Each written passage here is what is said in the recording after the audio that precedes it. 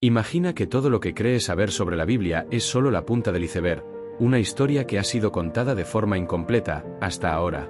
Para la mayoría de las personas, la Biblia es un libro sagrado, un volumen perfecto y monolítico, escrito por una mano divina o por un pequeño grupo de hombres directamente inspirados por Dios.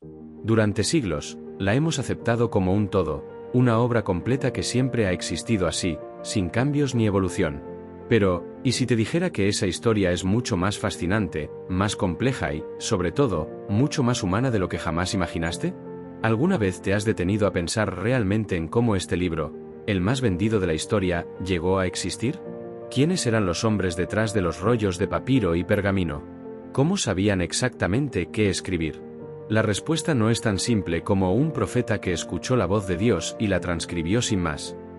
La verdadera historia es un viaje épico a través de milenios, de imperios que caían y se levantaban, de exilios forzados, de debates teológicos que duraban siglos y de cientos de manos diferentes que sostuvieron el cálamo y el pincel.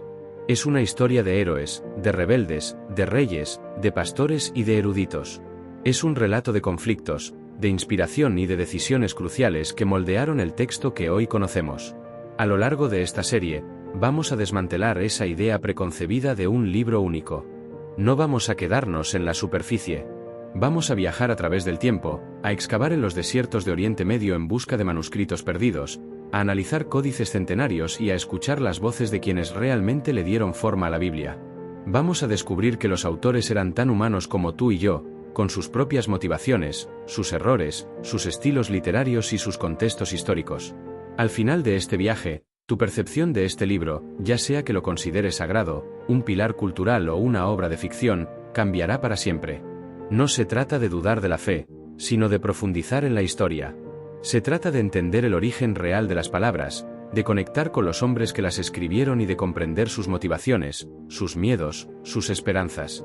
Veremos cómo diferentes relatos se unieron en un solo texto, cómo se eligieron ciertos libros sobre otros y cómo la tradición oral, la memoria colectiva, se transformó en la escritura. Esta no es la historia de lo que dice la Biblia, sino la historia de cómo la Biblia llegó a decir lo que dice. Así que, si te intriga esta exploración y quieres ser parte de este viaje para ver la Biblia como nunca la has visto, no olvides darle un me gusta y suscribirte para que no te pierdas ningún capítulo de esta reveladora serie. Pensemos en el libro más grande que has leído, ese tomo inmenso que te llevó semanas o meses terminar. Ahora, imagina que ese libro fue escrito, no por uno, sino por decenas de autores, a lo largo de un milenio, en diferentes continentes, en 3 idiomas distintos, y con estilos literarios que van desde la épica histórica hasta la poesía más íntima, pasando por leyes, profecías y cartas personales. Eso es, en esencia, lo que la Biblia es realmente. No es un libro, es una biblioteca. Esta es la primera y más crucial revelación. La Biblia es una antología. Es una colección de 66 libros, divididos en 2 grandes secciones, el Antiguo Testamento y el Nuevo Testamento. Y cada uno de estos libros tiene su propia historia, su propio propósito y su propia voz. Para entender la Biblia, debemos dejar de verla como una novela única con un solo hilo narrativo y empezar a verla como lo que es, una serie de volúmenes conectados, pero distintos, que se unen para contar una historia más grande. Piensa en los libros del Antiguo Testamento. Tienes Génesis, Éxodo, Levítico, Números y Deuteronomio, que son una mezcla de historia, leyes y narraciones míticas. Luego están los libros históricos como Josué, Jueces y Samuel, que parecen crónicas militares y políticas, aunque con un claro sesgo teológico. Después, llegas a la poesía sublime de los Salmos, los lamentos de Job y la sabiduría práctica de los Proverbios. Y finalmente, los libros de los profetas, como Isaías y Jeremías, que son sermones, advertencias y visiones apocalípticas. Es una diversidad literaria asombrosa. ¿Podrían todos haber sido escritos por la misma persona o en la misma época? La respuesta, como veremos, es un rotundo no. Y la diversidad se duplica en el Nuevo Testamento. Los 4 evangelios, Mateo, Marcos, Lucas y Juan, son 4 narraciones biográficas, pero con perspectivas y públicos muy diferentes. El libro de Hechos es una crónica histórica. Las epístolas, como las de Pablo a los romanos o a los corintios, son cartas personales llenas de teología y consejos prácticos. Y el Apocalipsis es un texto apocalíptico, lleno de simbolismo y visiones. Cada uno de estos géneros literarios tiene su propia estructura, su propio propósito y sus propias reglas de interpretación. Intentar leer un salmo como si fuera una epístola, o una profecía como si fuera una crónica histórica, sería un error. El hecho de que la Biblia sea una biblioteca de textos es la clave para desmitificarla. Nos libera de la idea de que cada palabra en la Biblia debe ser tomada de la misma manera, sin importar el contexto, el género literario o la intención del autor. Nos permite apreciar la riqueza y la complejidad de la fe y la historia humanas. Abre la puerta a preguntas fascinantes. ¿Por qué algunos libros se escribieron en arameo y otros en hebreo o griego? ¿Cómo se decidió cuáles de los muchos textos disponibles se incluirían y cuáles se descartarían? ¿Y por qué las historias a veces parecen contradecirse? Al entender que la Biblia es una biblioteca, no un libro, no disminuimos su importancia. De hecho, la magnificamos. En lugar de ser un texto monolítico y plano, se convierte en un universo de palabras, lleno de ecos y resonancias, de conversaciones entre los autores a lo largo de los siglos. Es un testimonio vivo de la experiencia humana, desde sus inicios en el desierto hasta la era de los imperios, y es en esa diversidad donde reside su verdadero poder. Durante mucho tiempo, la imagen que tuvimos de los autores de la Biblia fue la de figuras casi míticas, perfectas e inmaculadas. Moisés, subiendo al monte Sinaí para recibir las tablas de la ley directamente de la mano de Dios. El rey David, cantando salmos de una inspiración pura y celestial. Y los profetas, pronunciando palabras que no eran suyas, sino de una fuente divina. Pero ¿y si la verdad fuera más impactante? ¿Y si estos autores, lejos de ser simples canales, fueran personas de carne y hueso, con sus propias luchas, sus errores, sus ambiciones y sus estilos literarios? Esta es una de las ideas más poderosas, y para algunos, más desafiantes. La Biblia fue escrita por humanos.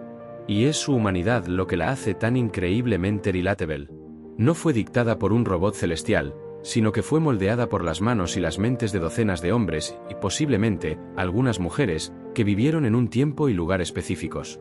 Cuando empezamos a ver a la Biblia como un producto humano, empezamos a notar las huellas de sus autores por todas partes. Y esas huellas no son de santos perfectos, sino de personas que se equivocaron, que sufrieron, que amaron y que, sobre todo, buscaron incansablemente a Dios. Veamos la evidencia en el texto mismo. Si la Biblia hubiera sido dictada por un solo ser omnisciente, ¿por qué encontraríamos estilos de escritura tan radicalmente distintos? El lenguaje de los proverbios es conciso y sabio, casi como aforismos. El de Jeremías es apasionado y lleno de ira y lamento. El de la primera carta de Pedro es un griego refinado, mientras que el de la primera carta de Juan es simple y directo. Estas no son diferencias sutiles, son variaciones tan grandes como las que hay entre un poema de Lorca y una novela de García Márquez. Esto nos sugiere que estamos escuchando voces diferentes, con personalidades distintas, que escribieron en diferentes momentos de su vida y con propósitos muy específicos.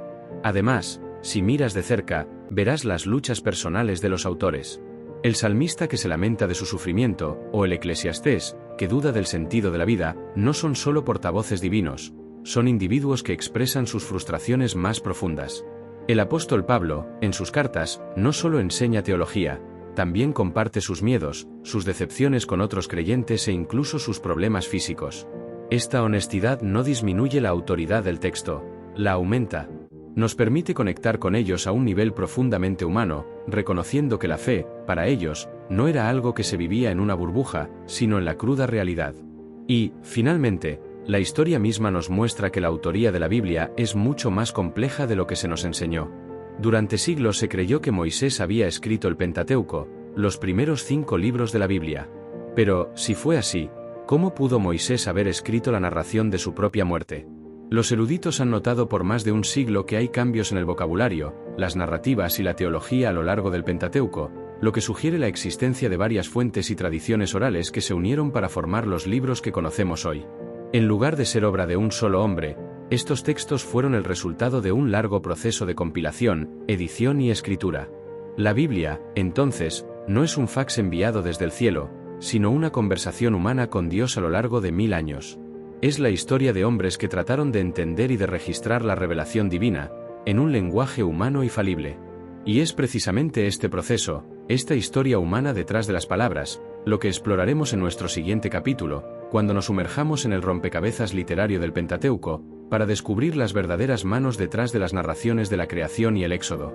Imaginen por un momento que es el año 1947. Un joven pastor beduino, llamado Mohammed ed-Dib, persigue una cabra perdida por los acantilados del desierto de Judea, cerca del Mar Muerto. La cabra se ha metido en una cueva oscura y, frustrado, el pastor le lanza una piedra.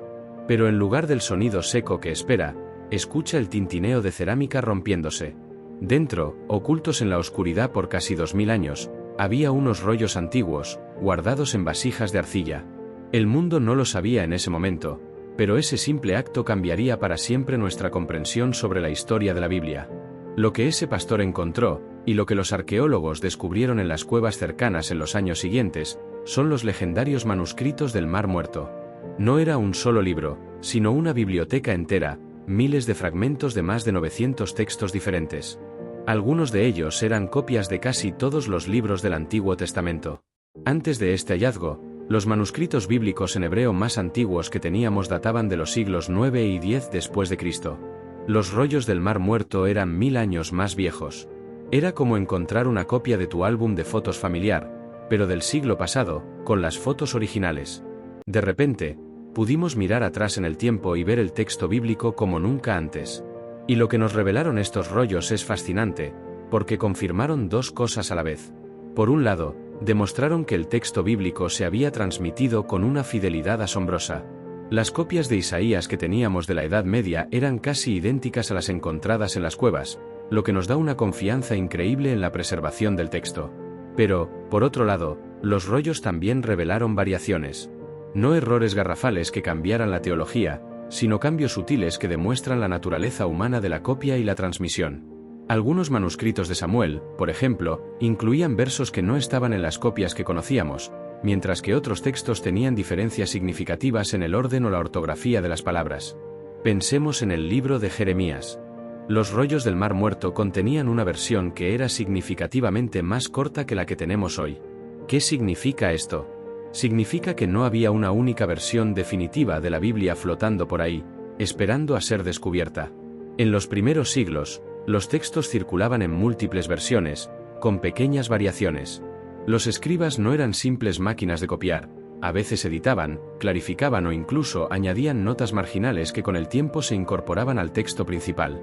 Estos rollos son evidencia física de que la Biblia es un documento vivo, que se perfeccionó y se transmitió a lo largo de un largo proceso humano. Este descubrimiento no causó una crisis para los estudiosos. De hecho, fue todo lo contrario. Les dio una ventana sin precedentes a la historia del texto. Nos mostró que las diferencias textuales no son algo que deba ocultarse, sino una parte de la rica historia de la Biblia. La Biblia no apareció mágicamente un día, completa y perfecta. Fue un trabajo en progreso, escrito, editado, copiado y transmitido por innumerables manos, cada una dejando su propia marca.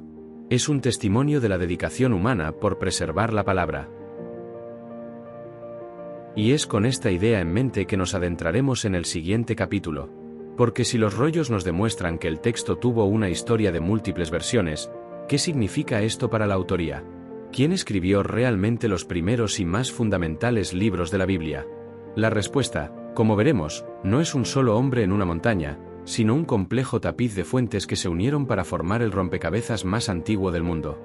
Para la mayoría de nosotros, la respuesta a la pregunta ¿quién escribió los primeros 5 libros de la Biblia? Siempre ha sido la misma: Moisés. Nos imaginamos al gran líder, el legislador, el profeta, sentado al pie del monte Sinaí, transcribiendo las palabras de Dios. La idea tiene sentido, es una narrativa poderosa y ha sido la tradición durante miles de años.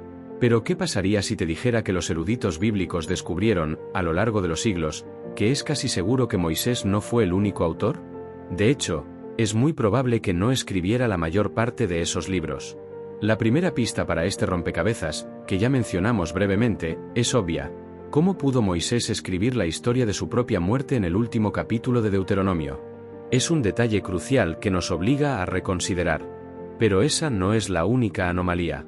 Los estudiosos comenzaron a notar algo más profundo: los textos no tienen un estilo uniforme. A veces, la misma historia se cuenta de dos maneras ligeramente diferentes, con distintos detalles, y lo que es más interesante, usando diferentes nombres para referirse a Dios. A veces, el texto lo llama Yahvé, o Jehová, la traducción tradicional, y otras veces, Elohim. Y aquí viene la gran revelación. A finales del siglo XIX, los eruditos formularon lo que se conoce como la hipótesis documental, una teoría que, aunque sigue siendo debatida en sus detalles, ha proporcionado la mejor explicación hasta la fecha para el origen de estos textos. La idea central es que el Pentateuco no fue escrito por un solo autor, sino que es el resultado de la fusión de al menos 4 fuentes principales, redactadas a lo largo de varios siglos. Pensemos en ellas como 4 hilos narrativos, cada uno con su propio estilo y teología, que finalmente fueron tejidos en un solo tapiz. El primer hilo, llamado J, por Yahvista, es el más antiguo. Usa el nombre Yahvé para Dios, y lo describe de una manera muy personal y casi humana, caminando en el jardín del Edén o negociando con Abraham. La narración de J es colorida y llena de historias vívidas. El segundo hilo, llamado E, por Eloísta, usa el nombre Elohim para Dios y tiende a presentar a Dios de forma más abstracta, comunicándose a través de sueños o ángeles. Este hilo a menudo se cruza con J para contar la misma historia desde una perspectiva diferente. El tercer hilo, el D, por Deuteronomista, se encuentra casi exclusivamente en el libro de Deuteronomio. Es una fuente que se enfoca intensamente en la ley y la obediencia, con un estilo retórico y de sermón, y se cree que fue descubierto y promovido durante la reforma del rey Josías en el siglo VII a.C. Y finalmente, el último hilo, el P, por la fuente sacerdotal, es la fuente más joven. Se preocupa por los rituales, los sacrificios, las genealogías y los detalles del templo. Esta fuente es la que da al Pentateuco su estructura final, editando y uniendo las otras 3 fuentes para crear el texto que conocemos hoy. Este descubrimiento no le quita la inspiración divina a la Biblia. Al contrario, lo hace más asombroso. Nos revela que la fe no fue algo estático, fue una conversación viva, un largo proceso de personas tratando de entender a Dios y de registrar su voluntad en diferentes épocas y contextos. La Biblia no fue dictada de una vez por todas, sino que creció y maduró junto con el pueblo que la escribió. Y el hecho de que múltiples voces y perspectivas hayan sido preservadas dentro de un solo texto es un testimonio de la riqueza y la complejidad de la historia de la fe. Ahora que hemos desvelado el misterio del autor, en el próximo capítulo, vamos a sumergirnos aún más en este rompecabezas literario para ver cómo estas 4 fuentes se entrelazaron para contar historias tan familiares como la creación del mundo y el éxodo de Egipto. Ahora que sabemos que el Pentateuco es un compendio de al menos 4 fuentes diferentes, la yahvista, la eloísta, la deuteronomista y la sacerdotal, la verdadera pregunta es, ¿cómo podemos ver estas fuentes en el texto? ¿Y dónde se esconden? Pónganse sus sombreros de detectives, porque vamos a desentrañar un par de los rompecabezas más famosos de la Biblia, y una vez que los vean, no podrán desverlos. Empecemos con una de las historias más conocidas del mundo, la historia del arca de Noé y el diluvio. Si la lees con atención, verás algunas peculiaridades. Por ejemplo, en un momento Dios le dice a Noé que tome una pareja de cada animal, macho y hembra para el arca. Pero unos pocos versículos después, Dios le dice que tome 7 pares de cada animal limpio y solo un par de los animales impuros. ¿Por qué la contradicción? La razón es que estamos leyendo 2 historias que fueron unidas. La primera instrucción, una pareja de cada animal, viene de la fuente sacerdotal, o P. La segunda, 7 pares de animales limpios, viene de la fuente yahvista, o J.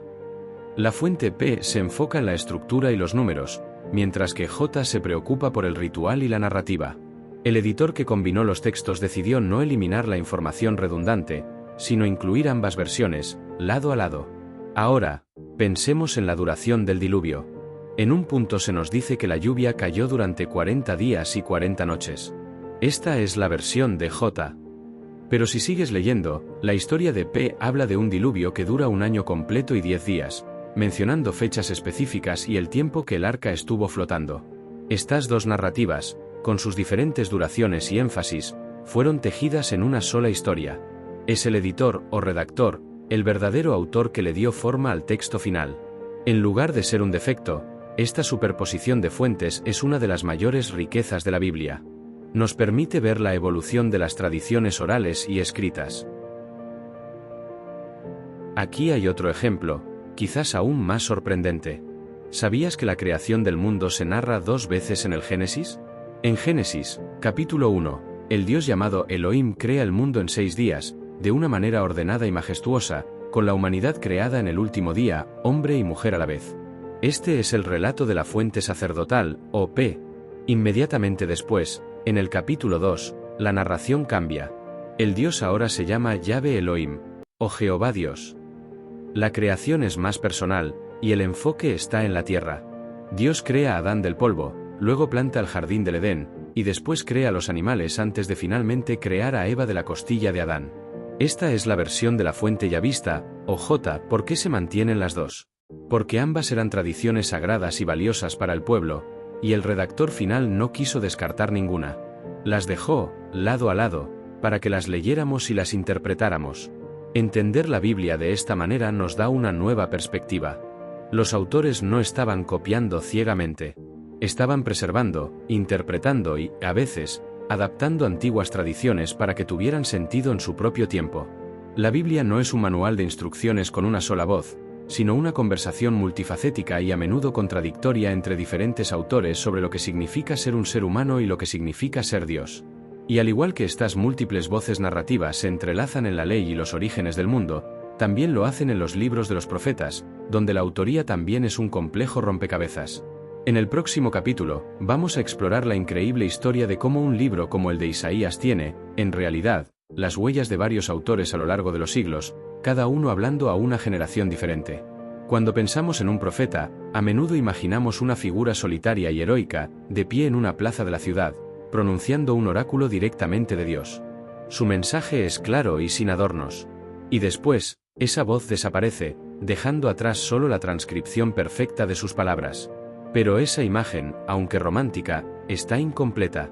La realidad detrás de los libros proféticos es mucho más rica y compleja, demostrando que estos libros no son la obra de un solo profeta, sino de toda una comunidad. La evidencia sugiere que los libros proféticos son el resultado de un largo proceso de edición, compilación y adiciones, a menudo a lo largo de varios siglos. Los discípulos del profeta y las generaciones posteriores jugaron un papel tan crucial en la creación de estos libros como el profeta mismo. Para entender esto, pensemos en el libro de Jeremías. La tradición lo ve como el profeta llorón, solitario y despreciado. Y gran parte del libro contiene sus oráculos. Sin embargo, también hay secciones importantes, especialmente la prosa, que parecen ser relatos biográficos sobre él. ¿Quién las escribió? La Biblia misma nos da una pista. En el libro de Jeremías se nos presenta a Baruc, el fiel escriba de Jeremías, que escribía sus palabras y luego las leía en público. Es muy probable que Baruc y la escuela de discípulos que lo siguió no solo transcribieran los oráculos de Jeremías, sino que también recopilaran historias sobre su vida, y las unieran para crear un relato más completo. Esto significa que cuando lees el libro de Jeremías, no estás escuchando una sola voz, sino que estás participando en una conversación entre Jeremías, su escriba Baruc y las comunidades que preservaron y adaptaron su mensaje a lo largo del tiempo. El profeta olvidado es la idea de que la voz original del profeta está mezclada con las de sus seguidores, sus editores y sus sucesores. Es una colaboración que se extendió más allá de una sola vida. Esta idea explica por qué los libros proféticos a veces tienen secciones que parecen estar fuera de lugar, o porque ciertos pasajes se repiten con ligeras variaciones. Estas no son fallas en el texto, son las cicatrices del proceso de compilación, las huellas de las muchas manos que trabajaron para preservar el mensaje del profeta. Este proceso de compilación de oráculos y adiciones editoriales es común a todos los libros proféticos. Los seguidores de un profeta no solo querían recordar sus palabras, querían aplicarlas a sus propias vidas. Por lo tanto, a menudo añadían material nuevo que actualizaba el mensaje del profeta a un contexto histórico y político diferente. Piensen en un grupo de estudiantes de un filósofo famoso. No solo transcribirían sus conferencias, sino que también escribirían sus propias reflexiones sobre las ideas del filósofo y las unirían con el material original. Eso es precisamente lo que parece haber sucedido con los libros proféticos. Esto cambia radicalmente nuestra visión de la profecía. No es solo un monólogo divino que se transmite a un ser humano. Es un diálogo. Es el profeta hablando a su pueblo, y luego las generaciones posteriores dialogando con la palabra del profeta. Es un testimonio de cómo la fe y la revelación se vivieron y se transmitieron en el mundo real. Y no hay mejor ejemplo de este proceso de múltiples voces que el libro de Isaías, un libro tan rico en su autoría que merece su propio capítulo completo. En el próximo capítulo, desenterraremos los tres autores principales del libro de Isaías, y mostraremos cómo cada uno de ellos se dirigía a una audiencia completamente diferente en tres momentos cruciales de la historia de Israel.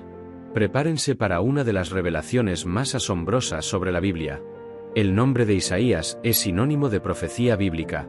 Es un libro que resuena con una voz poderosa y clara, lleno de pasajes famosos que se citan en iglesias y sinagogas de todo el mundo.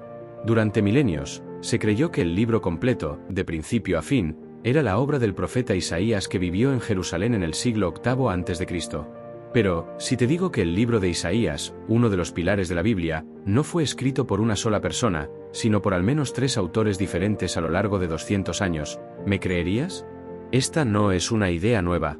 La división del libro de Isaías en múltiples secciones es uno de los consensos más firmes en la erudición bíblica moderna, y la evidencia se encuentra en el propio texto. La clave está en 3 cambios drásticos y repentinos: en el contexto histórico, en el tono teológico y en el estilo literario. El primer gran cambio ocurre en el capítulo 40. En los primeros 39 capítulos, el contexto es el siglo VIII a.C. Isaías de Jerusalén profetiza sobre el juicio de Dios contra Judá por su injusticia social y advierte sobre la inminente invasión del poderoso imperio asirio. Pero de repente, en el capítulo 40, la escena cambia por completo. Ya no estamos en Jerusalén, sino en Babilonia. El pueblo de Israel está en el exilio, un evento que ocurrió 1 siglo y medio después de la muerte del Isaías original. El tono pasa de ser una advertencia severa a un mensaje de consuelo y esperanza, con frases como «Consolad, consolad a mi pueblo, dice vuestro Dios». Se menciona por su nombre a Ciro el Grande, el rey persa que liberó a los exiliados, un hombre que ni siquiera había nacido en la época del Isaías original. Este cambio ha llevado a los estudiosos a concluir que los capítulos del 40 al 55 fueron escritos por un segundo autor anónimo, al que se le llama Segundo Isaías o Deutero-Isaías. Su tarea no era advertir a un pueblo antes de la catástrofe, sino darle esperanza a un pueblo que ya estaba en la catástrofe. Es una voz de consuelo y redención, una voz que habla de un siervo sufriente y de un Dios que está a punto de hacer algo nuevo. Pero el rompecabezas no termina ahí. En el capítulo 56, el tono vuelve a cambiar. La audiencia ya no son los exiliados en Babilonia, sino la gente que ha regresado a Jerusalén. El mensaje no es de alegría total, sino de una desilusión. La ciudad está arruinada, el templo no se ha reconstruido y las promesas de Dios no parecen haberse cumplido. Este es el trabajo de un tercer autor, a quien llamamos Tercer Isaías o Trito Isaías. Él se dirige a un pueblo que se pregunta si la restauración de Dios realmente ha llegado, y su mensaje es un llamado a la justicia social y una promesa de un futuro glorioso que aún está por venir. Entonces, ¿qué significa todo esto? El libro de Isaías no es una profecía monolítica. Es un testimonio vivo de una tradición profética que se extendió durante siglos, con diferentes autores que se basaron en la voz del profeta original para hablar a su propia generación y en su propio contexto. Es un testamento a la adaptabilidad y a la relevancia eterna de la palabra de Dios, que no está limitada a una sola época o a un solo autor. El libro de los muchos Isaías es más grande que cualquier autor individual, porque muestra la voz de Dios trabajando a través del tiempo, a través de diferentes personas, para hablar a su pueblo en las circunstancias más difíciles. Y esta misma complejidad de la autoría también la encontramos en los libros que cuentan las historias del pueblo de Israel, las crónicas históricas. Porque, como veremos, los libros de Samuel, Reyes y Crónicas no fueron escritos por historiadores imparciales, sino por teólogos con un mensaje muy particular. Cuando abres un libro de historia, esperas una crónica de eventos objetivos y datos verificables. Esperas una narración que te diga lo que pasó, quién lo hizo y cuándo. Los libros de Josué, Jueces, Samuel y Reyes parecen ser exactamente eso, una historia lineal del pueblo de Israel, desde la conquista de la tierra prometida hasta la caída de su reino. Pero las apariencias pueden ser engañosas. Porque estos libros no fueron escritos para ser una crónica periodística. Son una forma de historia muy diferente, una que no busca solo registrar el pasado, sino interpretarlo. Esto nos lleva a una de las ideas más importantes en el estudio de la Biblia: los libros históricos no son historia por el bien de la historia. Son historia con un propósito teológico. Los estudiosos han notado que estos libros forman una narrativa continua, con un estilo de escritura y un mensaje teológico tan similares que parecen haber sido compilados por un mismo grupo de autores. Este grupo es conocido como los historiadores deuteronomistas, llamados así porque su teología está profundamente influenciada por los principios del libro de Deuteronomio, que como vimos, es la fuente del Pentateuco. La evidencia sugiere que esta gran historia, que abarca desde Josué hasta Reyes, fue redactada y finalizada en el momento más oscuro de la historia de Israel, durante el exilio en Babilonia. En ese momento, el pueblo había perdido su tierra, su rey y su templo. Estaban desorientados, preguntándose por qué Dios los había abandonado. Y la respuesta, según los historiadores deuteronomistas, era simple y brutalmente clara: la culpa era de ellos. El mensaje es un patrón constante que se repite una y otra vez, especialmente en el libro de los Jueces. El pueblo obedece a Dios y prospera. Luego, se vuelve a la idolatría y desobedece. Como resultado, Dios retira su protección, y un enemigo extranjero lo oprime. El pueblo sufre, se arrepiente y clama a Dios, y Dios envía un libertador. El ciclo se repite. Esto no es solo una descripción de eventos, es un sermón en forma de historia. Es la interpretación de un pueblo que trató de entender su propia catástrofe nacional. Y el clímax de esta historia se encuentra en los libros de Reyes, donde cada rey de Judá e Israel es juzgado no por su habilidad militar o su éxito económico, sino por un único criterio teológico: si hizo lo que era recto a los ojos del Señor, un eco de los mandamientos de Deuteronomio. Los reyes que promueven la adoración al Dios de Israel son bendecidos, los que permiten la idolatría son castigados, y su castigo culmina con la destrucción de su reino. La historia no es un registro neutral de lo que ocurrió, sino la explicación teológica de por qué ocurrió. Pero si crees que esto es todo, piensa de nuevo. Años después del exilio, el libro de Crónicas vuelve a contar la misma historia, pero con un propósito y un autor diferentes. A diferencia de los deuteronomistas, que se centraban en los pecados del pueblo para explicar el exilio, los autores de Crónicas se concentran en la genealogía, el templo y la legitimidad del linaje de David. No mencionan los pecados de Manasés o el incidente de David y Betsabé. Es una historia selectiva, escrita para un pueblo que regresaba y que necesitaba una identidad positiva, ligada al culto del templo y al linaje real. Lo que esto nos enseña es que la historia en la Biblia es un género literario en sí mismo. Las narraciones históricas son narraciones teológicas, escritas para educar a un pueblo sobre su relación con Dios. No son registros objetivos, sino poderosas interpretaciones del pasado, creadas por diferentes manos, en diferentes momentos, con la intención de moldear la identidad de su comunidad. Es una historia escrita, no para contarte lo que pasó, sino para recordarte quién eres y por qué. Y si la historia bíblica fue escrita con una intención teológica, ¿qué hay de los libros de poesía y sabiduría? Como veremos en el próximo capítulo, estos libros son un tipo de autoría completamente diferente, llena de lamentos, canciones y consejos de la vida real. Hemos explorado los libros que narran la historia de un pueblo y los que transmiten los mensajes de los profetas. Pero, ¿dónde está la voz individual? ¿Dónde se encuentra el corazón palpitante de una persona, con sus dudas, su alegría, su desesperación, sus preguntas sin respuesta? Es en los libros de poesía y sabiduría, los Salmos, Proverbios, Eclesiastés y Job, donde la Biblia se vuelve profundamente personal. Y, de nuevo, la autoría es mucho más compleja de lo que la tradición nos ha hecho creer. Se nos ha dicho que el rey Salomón escribió el libro de los Proverbios y el Eclesiastés, y que su padre, el rey David, escribió todos los Salmos. Estas atribuciones se hicieron para dar autoridad a los libros, ligándolos a figuras conocidas por su sabiduría y su piedad. Pero, al igual que con Moisés y Isaías, la evidencia sugiere que estos libros son, en realidad, colecciones de voces. No son el producto de un solo hombre, sino el resultado de la tradición oral y escrita de un pueblo a lo largo de siglos. Empecemos con los Proverbios. Si lees el libro, verás que no se presenta como la obra de un solo autor. El título mismo dice Proverbios de Salomón, pero también contiene las palabras de Agur y las palabras del rey Lemuel. Es una antología, una compilación de aforismos y dichos de sabiduría que se transmitieron de generación en generación. No es la voz de un solo rey, sino la sabiduría colectiva de toda una cultura. Piensen en ellos como el refranero popular de Israel, con consejos sobre el dinero, la familia, la moralidad y la vida cotidiana. La autoría no es una persona, sino una comunidad. Luego, está el Eclesiastés. Aunque tradicionalmente atribuido a Salomón, su tono es radicalmente diferente al de los Proverbios. Proverbios es seguro y dogmático, mientras que Eclesiastés es profundamente escéptico y filosófico. El autor se presenta como el predicador o el maestro y su mensaje es uno de profundo pesimismo, resumiendo la vida como vanidad de vanidades, todo es vanidad.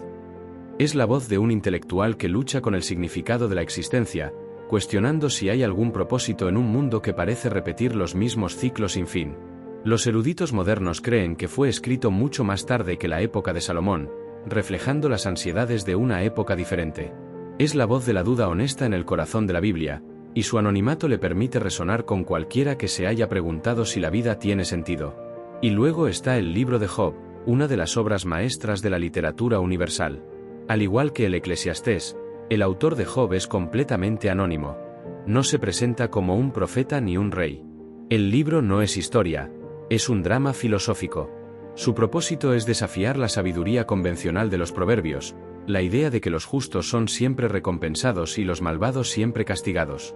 A través de un diálogo poético, el autor nos invita a luchar con las preguntas más difíciles de la vida. ¿Por qué sufren los justos? ¿Es Dios realmente justo?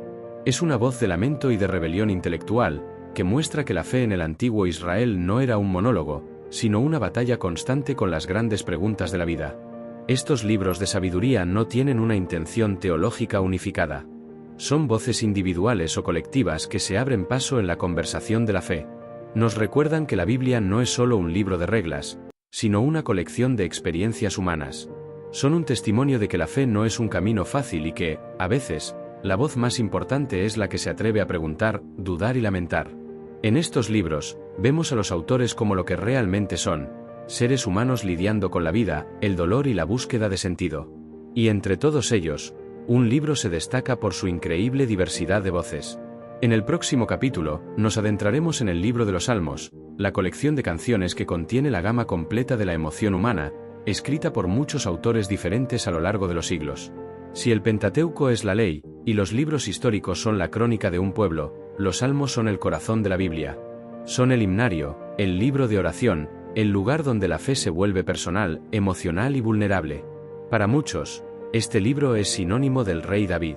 Se nos ha enseñado que él, el pastor convertido en rey y poeta, escribió la mayor parte de estos cánticos. Y aunque David es una figura central, la verdad, una vez más, es mucho más amplia y fascinante. El libro de los Salmos no es un monólogo, es un concierto de voces, escrito por muchos autores a lo largo de muchos siglos.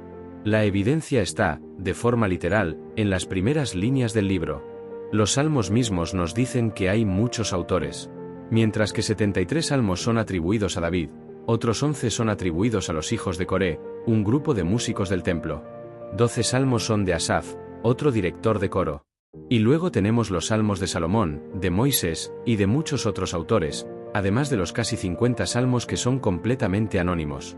Es decir, el libro, desde sus orígenes, se presenta como una colección de cánticos, no como la obra de un solo hombre. Pero la prueba más contundente de la diversidad de autores no está solo en los nombres, sino en la asombrosa variedad de temas y emociones. En un mismo libro, puedes encontrar un salmo de furia y lamento profundo, como el Salmo 51, donde el autor clama a Dios por perdón. Justo después, puedes leer un salmo de alabanza y alegría exuberante, como el Salmo 98, que anima al mundo entero a hacer música para Dios. También hay salmos que son súplicas por justicia, otros que son narraciones históricas, y otros que son meditaciones sobre la sabiduría. Esta vasta gama de experiencias no podría haber sido escrita por una sola persona. Es el testimonio de un pueblo entero, de individuos que vivieron y oraron en diferentes momentos, en diferentes circunstancias, y con diferentes estados de ánimo. Piensen en el libro de los Salmos como la compilación musical de una comunidad a lo largo de 1000 años. Es el himnario que se construyó poco a poco. Cada nuevo salmo se agregaba, se copiaba y se transmitía, y con el tiempo, se organizó en una estructura más grande. Los eruditos han notado que el libro de los Salmos está dividido en 5 libros distintos, un eco intencional de los 5 libros del Pentateuco. Cada uno de estos libros tiene un tema y un tono diferente, lo que sugiere un cuidadoso trabajo editorial para dar forma a la colección en su conjunto. Por ejemplo, los libros 1 y 2 de los Salmos están dominados por la voz de David y por un sentimiento de confianza en la monarquía. Pero el libro 3, escrito en su mayoría por los hijos de Coré y Asaf, tiene un tono mucho más sombrío, lleno de lamento y desesperanza. Muchos de estos salmos fueron escritos durante el exilio en Babilonia, un tiempo de angustia nacional y de profundo cuestionamiento de la fe. Y en el libro 5, el tono vuelve a cambiar, reflejando la esperanza y la alabanza de una comunidad que ha regresado del exilio y está reconstruyendo su fe. El libro de los Salmos, entonces, es una cápsula del tiempo emocional del pueblo de Israel. Preserva las voces de los reyes y los sacerdotes, los desterrados y los que regresaron. Es un recordatorio de que la fe no es una emoción singular, sino una gama completa, desde la más profunda tristeza hasta la más alta alegría. Es por eso que los salmos siguen resonando con nosotros hoy. Son las voces de personas reales que se atrevieron a hablar con honestidad a Dios, y su autenticidad es un testimonio del poder de la Escritura. Pero antes de que estas canciones y estas historias pudieran ser compiladas, tuvieron que sobrevivir como tradiciones orales, pasadas de boca en boca. Y es ese fascinante viaje de la palabra hablada a la palabra escrita lo que exploraremos en el próximo capítulo, una transformación que es la base misma de la Biblia. Piensa en las historias que tu abuela te contaba de pequeño. Historias sobre sus padres, sobre los retos que enfrentaron, sobre los momentos de alegría que vivieron. Estas no eran historias escritas. Eran historias que se pasaban de boca en boca, de generación en generación, y cada vez que se contaban, se adaptaban y se enriquecían. Ahora, imagina que esas historias, pasadas de boca en boca durante siglos, son la base misma de la Biblia. La realidad es que gran parte de lo que hoy leemos en la Biblia, especialmente los relatos del Antiguo Testamento, no se escribió en el momento en que ocurrieron. Eran tradiciones orales vivas, que se contaban una y otra vez alrededor de las hogueras, en las tiendas del desierto o en las casas de los pueblos. Los cánticos de los salmos, los cuentos de los patriarcas como Abraham, Isaac y Jacob, y la gran epopeya del Éxodo, existieron en la memoria colectiva del pueblo de Israel por generaciones antes de que alguien se sentara a escribirlas. La razón es simple. En el mundo antiguo, la escritura era un lujo. No había imprentas ni bibliotecas públicas. Los materiales de escritura, como el papiro y el pergamino, eran caros, y la mayoría de la gente no sabía leer ni escribir. Por lo tanto, la memoria y la narración eran las herramientas principales para preservar la historia y la identidad de un pueblo. Las historias tenían una fluidez que no tienen los textos escritos. Se adaptaban para la audiencia, se memorizaban con ritmos y repeticiones, y se transmitían con el poder y la emoción del narrador. Pero, ¿por qué se decidió escribirlas? La transición de la tradición oral a la escrita no fue un accidente. Fue una decisión consciente, a menudo impulsada por una crisis. La evidencia sugiere que el proceso de escritura comenzó seriamente en dos momentos cruciales de la historia de Israel. Primero, con la formación del reino de David y Salomón, y segundo, de manera mucho más urgente, durante el exilio en Babilonia. En el tiempo del reino, se necesitaba una historia nacional coherente para legitimar el nuevo poder real y unificar a las tribus de Israel. Los escribas de la corte tomaron las historias orales de héroes como Josué y de reyes como Saúl y David, y las compilaron en una narrativa nacional que glorificaba al reino. Pero fue durante el exilio en Babilonia cuando la necesidad se volvió existencial. El pueblo había perdido su tierra, su rey y su templo. Su identidad estaba en peligro de desaparecer. En ese momento, los escribas y sacerdotes exiliados se dieron cuenta de que la única manera de preservar su herencia era ponerla por escrito de una vez por todas. Tomaron las tradiciones orales que se habían transmitido durante siglos, las editaron, las unieron y las organizaron para crear los libros que conocemos hoy. Este proceso de pasar de la narración oral a la escritura es la clave para entender las repeticiones y las variaciones que vimos en el Pentateuco. Las diferentes fuentes, J y P, por ejemplo, probablemente representan diferentes tradiciones orales que existieron en diferentes partes del pueblo de Israel antes de ser combinadas. No son errores, son las huellas del proceso de narración, las cicatrices de las historias que se contaron de forma diferente en el norte y en el sur, y que finalmente fueron unidas para crear una historia nacional unificada. Así, la Biblia no es solo un registro de eventos antiguos, es un testimonio de un proceso. Es la historia de cómo una cultura pasó de contar sus historias a escribirlas, y en ese proceso, aseguró que su voz y su identidad perduraran a través del tiempo y la tragedia. Pero la historia de la Biblia no se desarrolla en un vacío. Los imperios circundantes, con su propia escritura, sus mitos y sus conquistas, influyeron profundamente en los autores. Y es la historia de cómo estos poderes foráneos moldearon la escritura de la Biblia lo que exploraremos en el próximo capítulo. Podríamos pensar que la Biblia es un libro puro, ajeno a las influencias del mundo que lo rodeó. Pero la realidad es que sus páginas llevan las huellas de los grandes imperios que rodearon y gobernaron a Israel. Asiria, Babilonia, Persia, Grecia y Roma. Cada uno dejó su marca en el pueblo de Israel, y esa marca es visible en el texto mismo de la Biblia.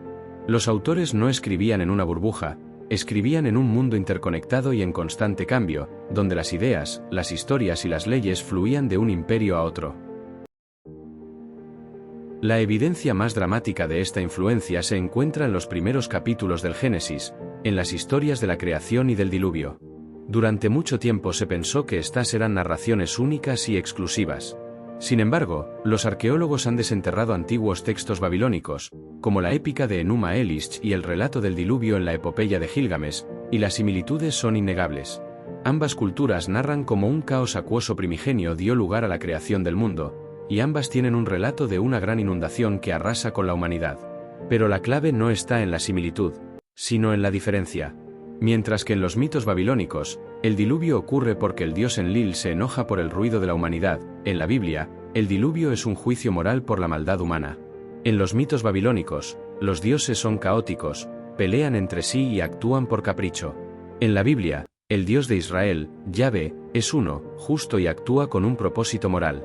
Esto nos muestra que los autores de la Biblia no estaban simplemente copiando los mitos de Babilonia. Estaban haciendo algo mucho más sofisticado. Estaban participando en un diálogo cultural. Estaban tomando las historias conocidas en el mundo antiguo y las estaban reescribiendo para afirmar un mensaje radicalmente diferente. El de un Dios único, moral y ordenado, en un universo que tiene sentido. La influencia de los imperios no se detuvo ahí. El famoso Código de Hammurabi, una de las colecciones de leyes más antiguas del mundo, presenta similitudes notables con las leyes del Antiguo Testamento. Ambos códigos legales tratan temas como el robo, el asalto y la propiedad. Pero, al igual que con las narraciones del diluvio, la diferencia es fundamental. En el Código de Hammurabi, las leyes son dadas por el dios Chamas al rey Hammurabi para mantener el orden social.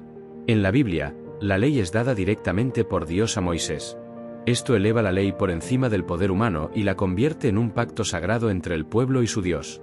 Finalmente, el exilio en Babilonia y la dominación persa y griega introdujeron nuevas ideas que antes no existían en la literatura hebrea, como la noción de un juicio final, de ángeles y demonios, y de un hijo del hombre que vendría a juzgar. Estas ideas, que se hicieron más prominentes en los últimos libros del Antiguo Testamento y en la literatura del período intertestamentario, muestran cómo los autores continuaron dialogando con las ideas de los imperios que los rodeaban, transformándolas para adaptarlas a su propia teología. La Biblia no es un texto aislado. Es un documento que respiró el mismo aire que las grandes potencias de su tiempo. Sus autores no se encerraron del mundo, absorbieron las ideas que los rodeaban, las desafiaron, las adaptaron y las transformaron para contar la historia de su fe de una manera que fuera tanto relevante para su tiempo como eterna. Pero para que estas historias y leyes, influenciadas por los imperios, pudieran ser preservadas y transmitidas, se necesitaban personas dedicadas a la escritura, la copia y la edición. En el próximo capítulo, vamos a dar un paso atrás de los autores para centrarnos en el papel crucial, y a menudo subestimado, del escriba, el verdadero guardián de la palabra. Cuando escuchas la palabra escriba, ¿qué te imaginas? Quizás a alguien aburrido, encorvado sobre una mesa, copiando texto sin pensar, una especie de fotocopiadora humana del mundo antiguo. Pero esa imagen no podría estar más equivocada. En el mundo antiguo de Israel, el escriba era una de las figuras más poderosas e importantes de la sociedad. Eran los guardianes del conocimiento, los protectores de la memoria colectiva y, sobre todo, los verdaderos arquitectos de gran parte de la Biblia que hoy leemos.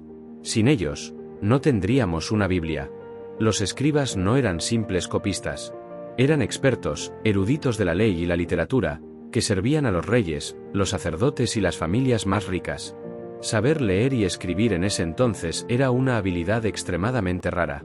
Por lo tanto, los escribas eran los encargados de registrar la historia, redactar los contratos, y lo que es más crucial para nosotros, preservar las tradiciones orales y escritas del pueblo de Israel.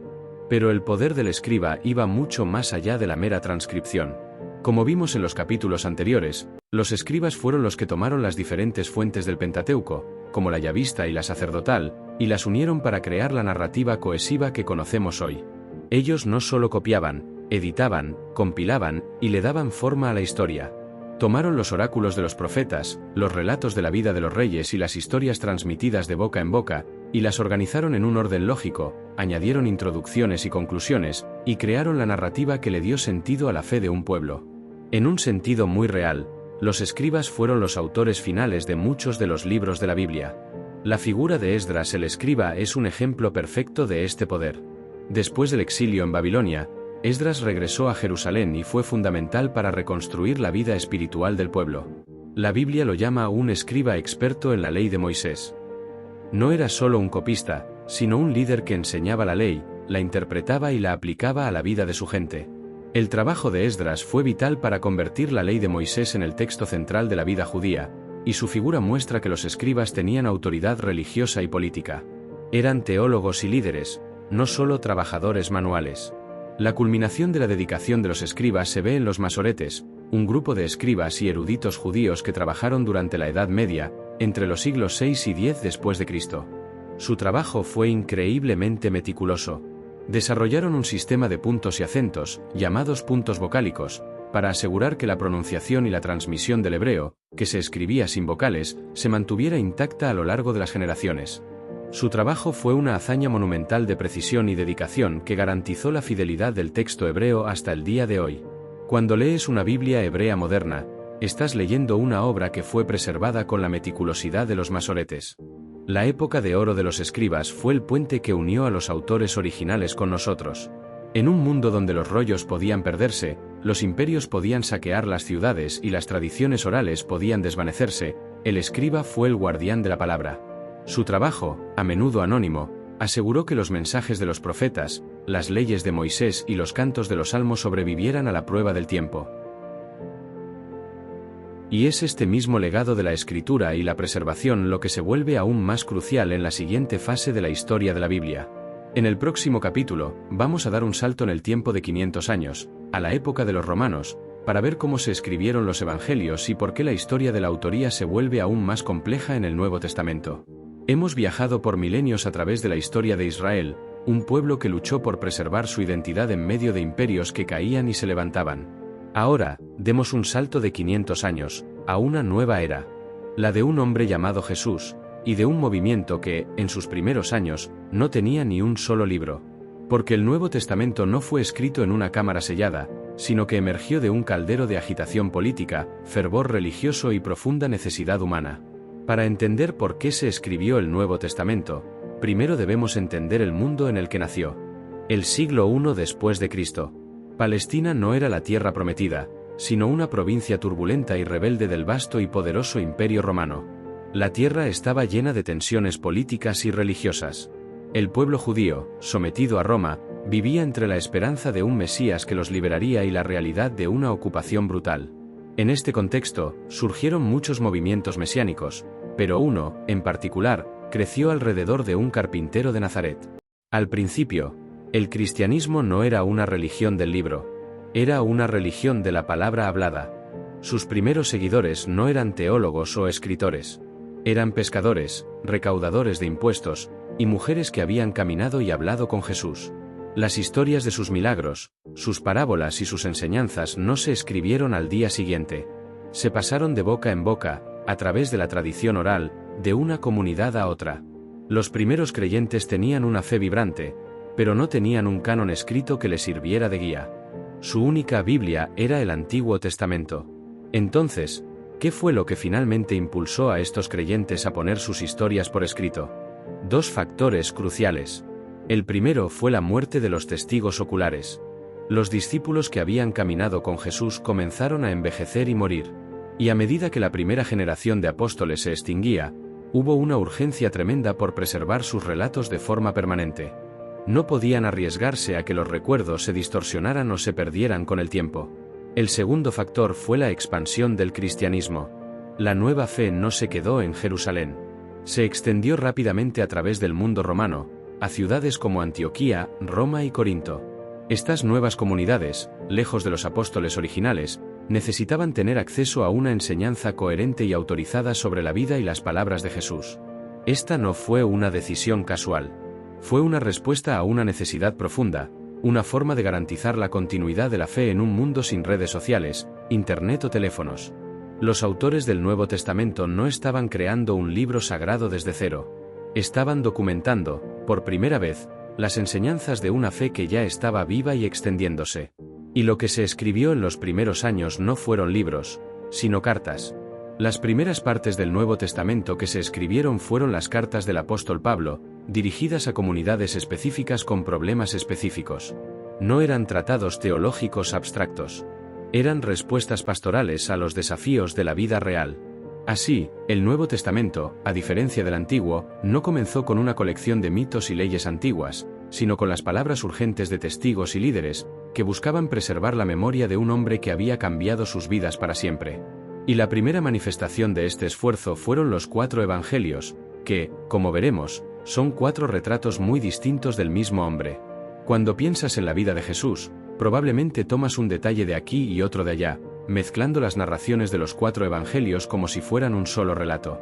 Tomamos la natividad de Lucas, los milagros de Marcos, los grandes discursos de Juan y las enseñanzas de Mateo, y los unimos en una sola historia. Pero, ¿qué pasaría si te dijera que los 4 evangelios no fueron escritos para ser una sola biografía, sino que son 4 retratos únicos del mismo hombre, cada uno pintado con un propósito, una audiencia y un mensaje muy distintos?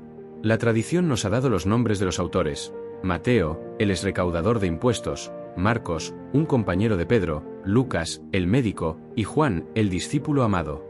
Y aunque estos nombres son de gran antigüedad, la realidad es que los 4 evangelios originales se escribieron de forma anónima.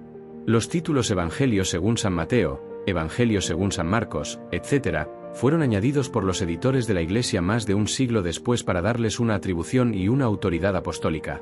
La verdadera autoría, el verdadero propósito de cada libro, está en el texto mismo. Para entender esto, primero debemos dividirlos en 2 grupos. Tenemos los 3 evangelios llamados sinópticos, Mateo, Marcos y Lucas, que son sinópticos porque se pueden ver juntos. Tienen tanto material en común, a menudo en el mismo orden, que la mayoría de los eruditos creen que se basaron en las mismas fuentes. Luego, tenemos el Evangelio de Juan, que es una bestia completamente diferente. Comencemos con el más antiguo de los 4, el Evangelio de Marcos, escrito probablemente alrededor del año 65 después de Cristo, durante un periodo de persecución romana. Es un evangelio corto, rápido y dramático. La narración se mueve a un ritmo vertiginoso, y el enfoque principal de Marcos es presentar a Jesús como el siervo sufriente. Su Jesús no es siempre comprendido, incluso por sus propios discípulos. Marcos quiere que su audiencia, que probablemente está sufriendo, entienda que el verdadero seguimiento de Cristo es un camino de sufrimiento y de servicio. Es un evangelio para los perseguidos. El Evangelio de Mateo fue escrito una década o 2 después de Marcos, para una audiencia de cristianos judíos. El autor de Mateo está obsesionado con el Antiguo Testamento. Su Jesús es el nuevo Moisés y el cumplimiento de todas las profecías de Israel. Mateo constantemente conecta la vida de Jesús con las escrituras hebreas, usando frases como para que se cumpliera lo dicho por el profeta. El propósito de Mateo es mostrar que Jesús es el Mesías de Israel y que su iglesia, que incluye tanto a judíos como a gentiles, es el verdadero pueblo de Dios.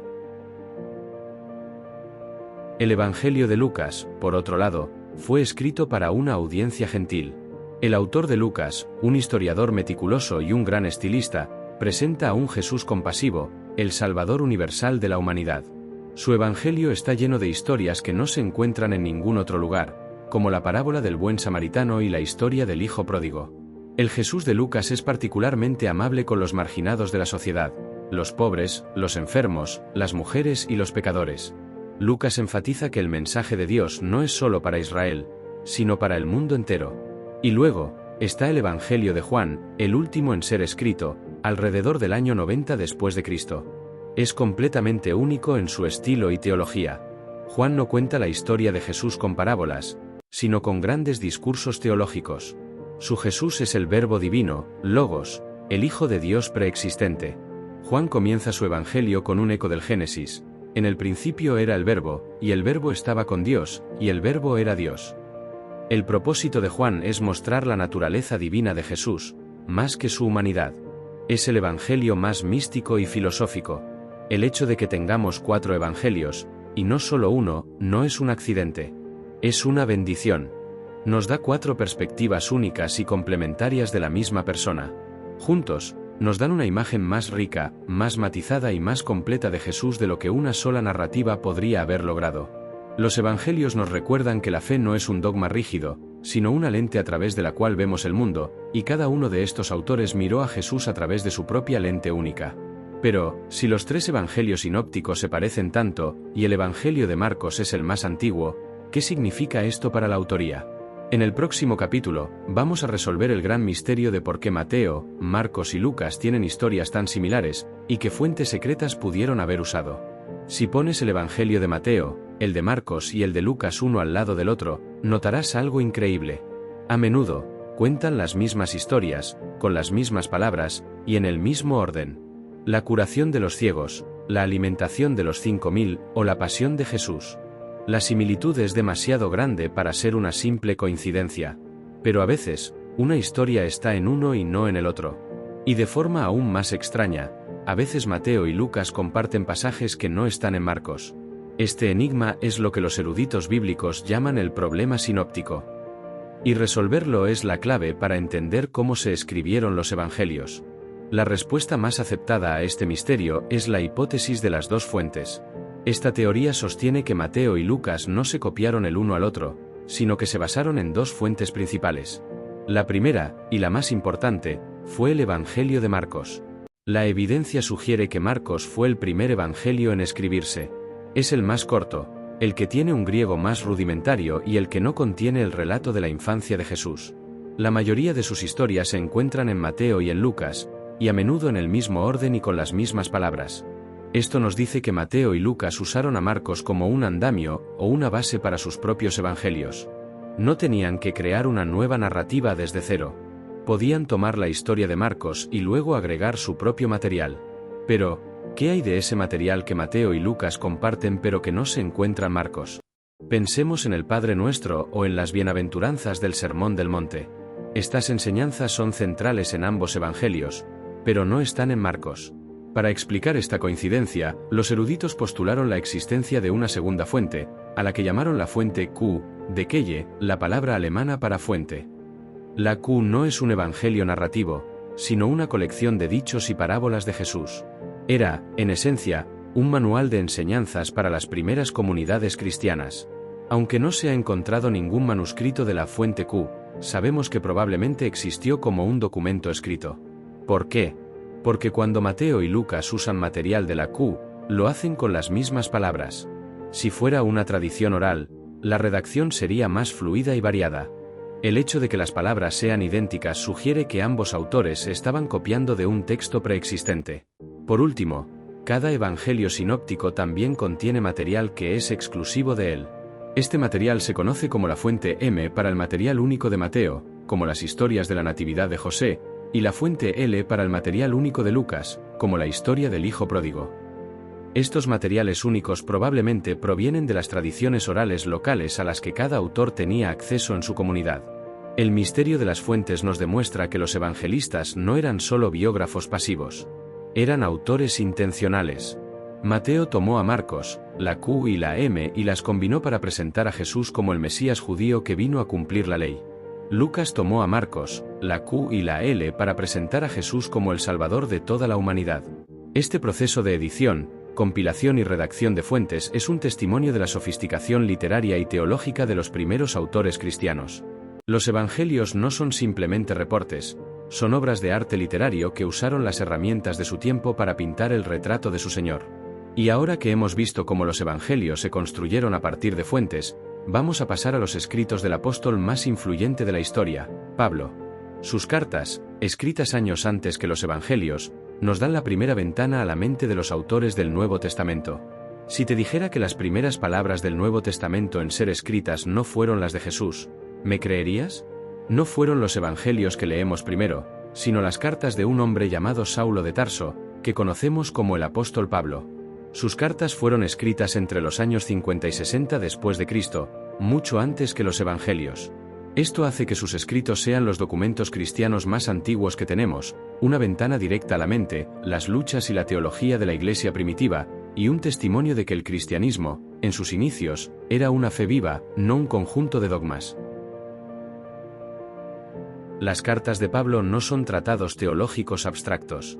Son una correspondencia real y urgente con comunidades reales que enfrentaban problemas reales, conflictos internos, herejías, preguntas sobre la ley y el paganismo.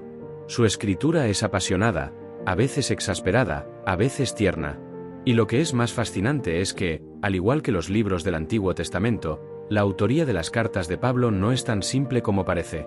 Los eruditos modernos distinguen las cartas entre dos grupos, las cartas indiscutidas y las cartas disputadas.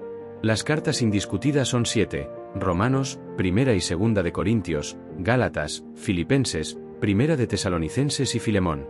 Virtualmente todos los estudiosos, sin importar su orientación teológica, están de acuerdo en que estas cartas fueron escritas por el propio Pablo. Su estilo de escritura, su vocabulario y sus temas teológicos son consistentes y reflejan la personalidad que se nos presenta en los Hechos de los Apóstoles. En estas cartas, vemos a un Pablo que lucha por mantener la unidad de la Iglesia, defiende su apostolado y explora las ideas revolucionarias de que la salvación es por la fe en Cristo, no por la obediencia a la ley. Su voz es inconfundible. Pero luego, tenemos el grupo de las cartas disputadas. Estas son Efesios, Colosenses, Segunda de Tesalonicenses, y las llamadas cartas pastorales, Primera y Segunda de Timoteo y Tito. La razón por la que su autoría es cuestionada es fascinante. Para empezar, su vocabulario y estilo son a menudo más complejos que los de las cartas indiscutidas.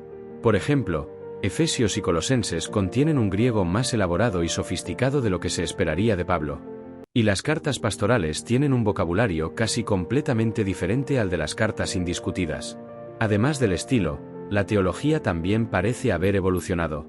Mientras que las cartas indiscutidas de Pablo se centran en la segunda venida de Cristo como un evento inminente, las cartas pastorales se enfocan en la organización de la Iglesia, nombrando obispos y diáconos, lo que sugiere una comunidad más establecida y organizada de lo que existía en la época de Pablo. Finalmente, la situación histórica en las cartas pastorales parece reflejar una iglesia posterior a la vida de Pablo. Entonces, ¿quién las escribió?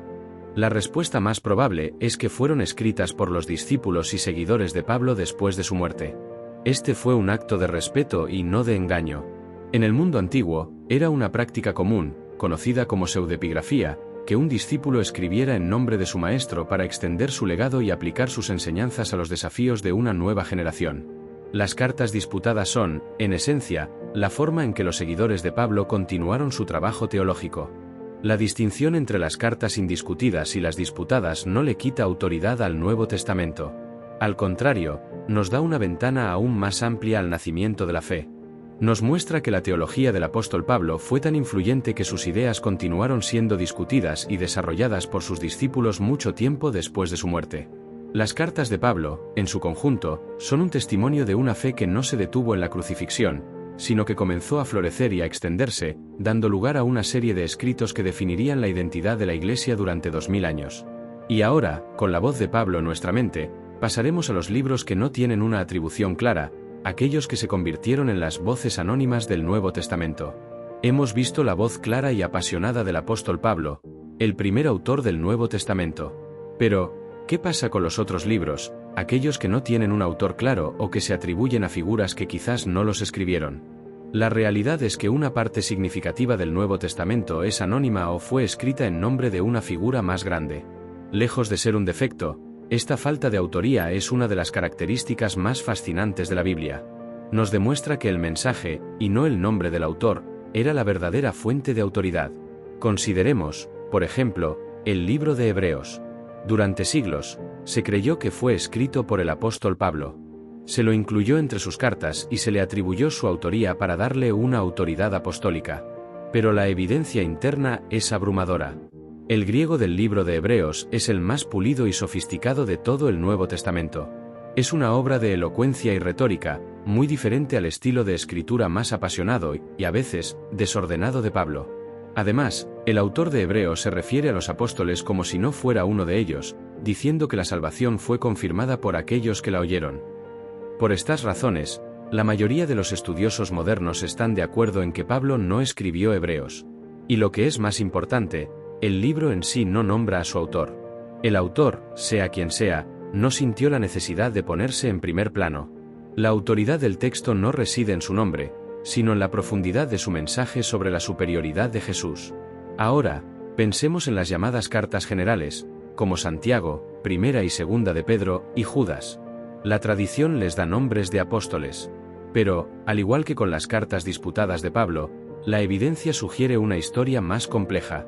La carta de Santiago, por ejemplo, tiene un griego tan fluido y sofisticado que es difícil de atribuir a Santiago, el hermano de Jesús, que era un líder de la iglesia de Jerusalén y que probablemente hablaba arameo. Es mucho más probable que la carta de Santiago sea el trabajo de uno de sus seguidores, que escribió en su nombre, tomando sus enseñanzas y dándoles forma literaria. La segunda carta de Pedro es aún más intrigante. Es considerada por muchos eruditos como el libro más tardío del Nuevo Testamento, escrito quizás en el siglo II. Su estilo de escritura es radicalmente diferente al de la Primera de Pedro, y lo que es más revelador, se refiere a las cartas de Pablo como escritura, algo que un contemporáneo de Pablo probablemente no habría hecho, ya que sus cartas todavía no eran consideradas parte del canon. Finalmente, llegamos al Apocalipsis, un libro que, en su audacia y simbolismo, es una voz completamente única. El autor se identifica como Juan, pero su griego es tan idiosincrásico y a menudo gramaticalmente incorrecto que es muy poco probable que sea el mismo Juan que escribió el Evangelio.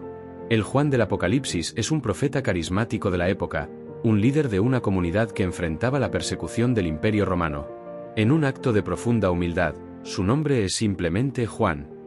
El poder del libro no reside en su identidad, sino en su visión de esperanza en un tiempo de desesperación. La existencia de estas voces anónimas nos enseña que el Nuevo Testamento, al igual que el Antiguo, es un documento vivo que creció y se desarrolló en las primeras comunidades cristianas. La Iglesia no buscó solo los escritos de los apóstoles.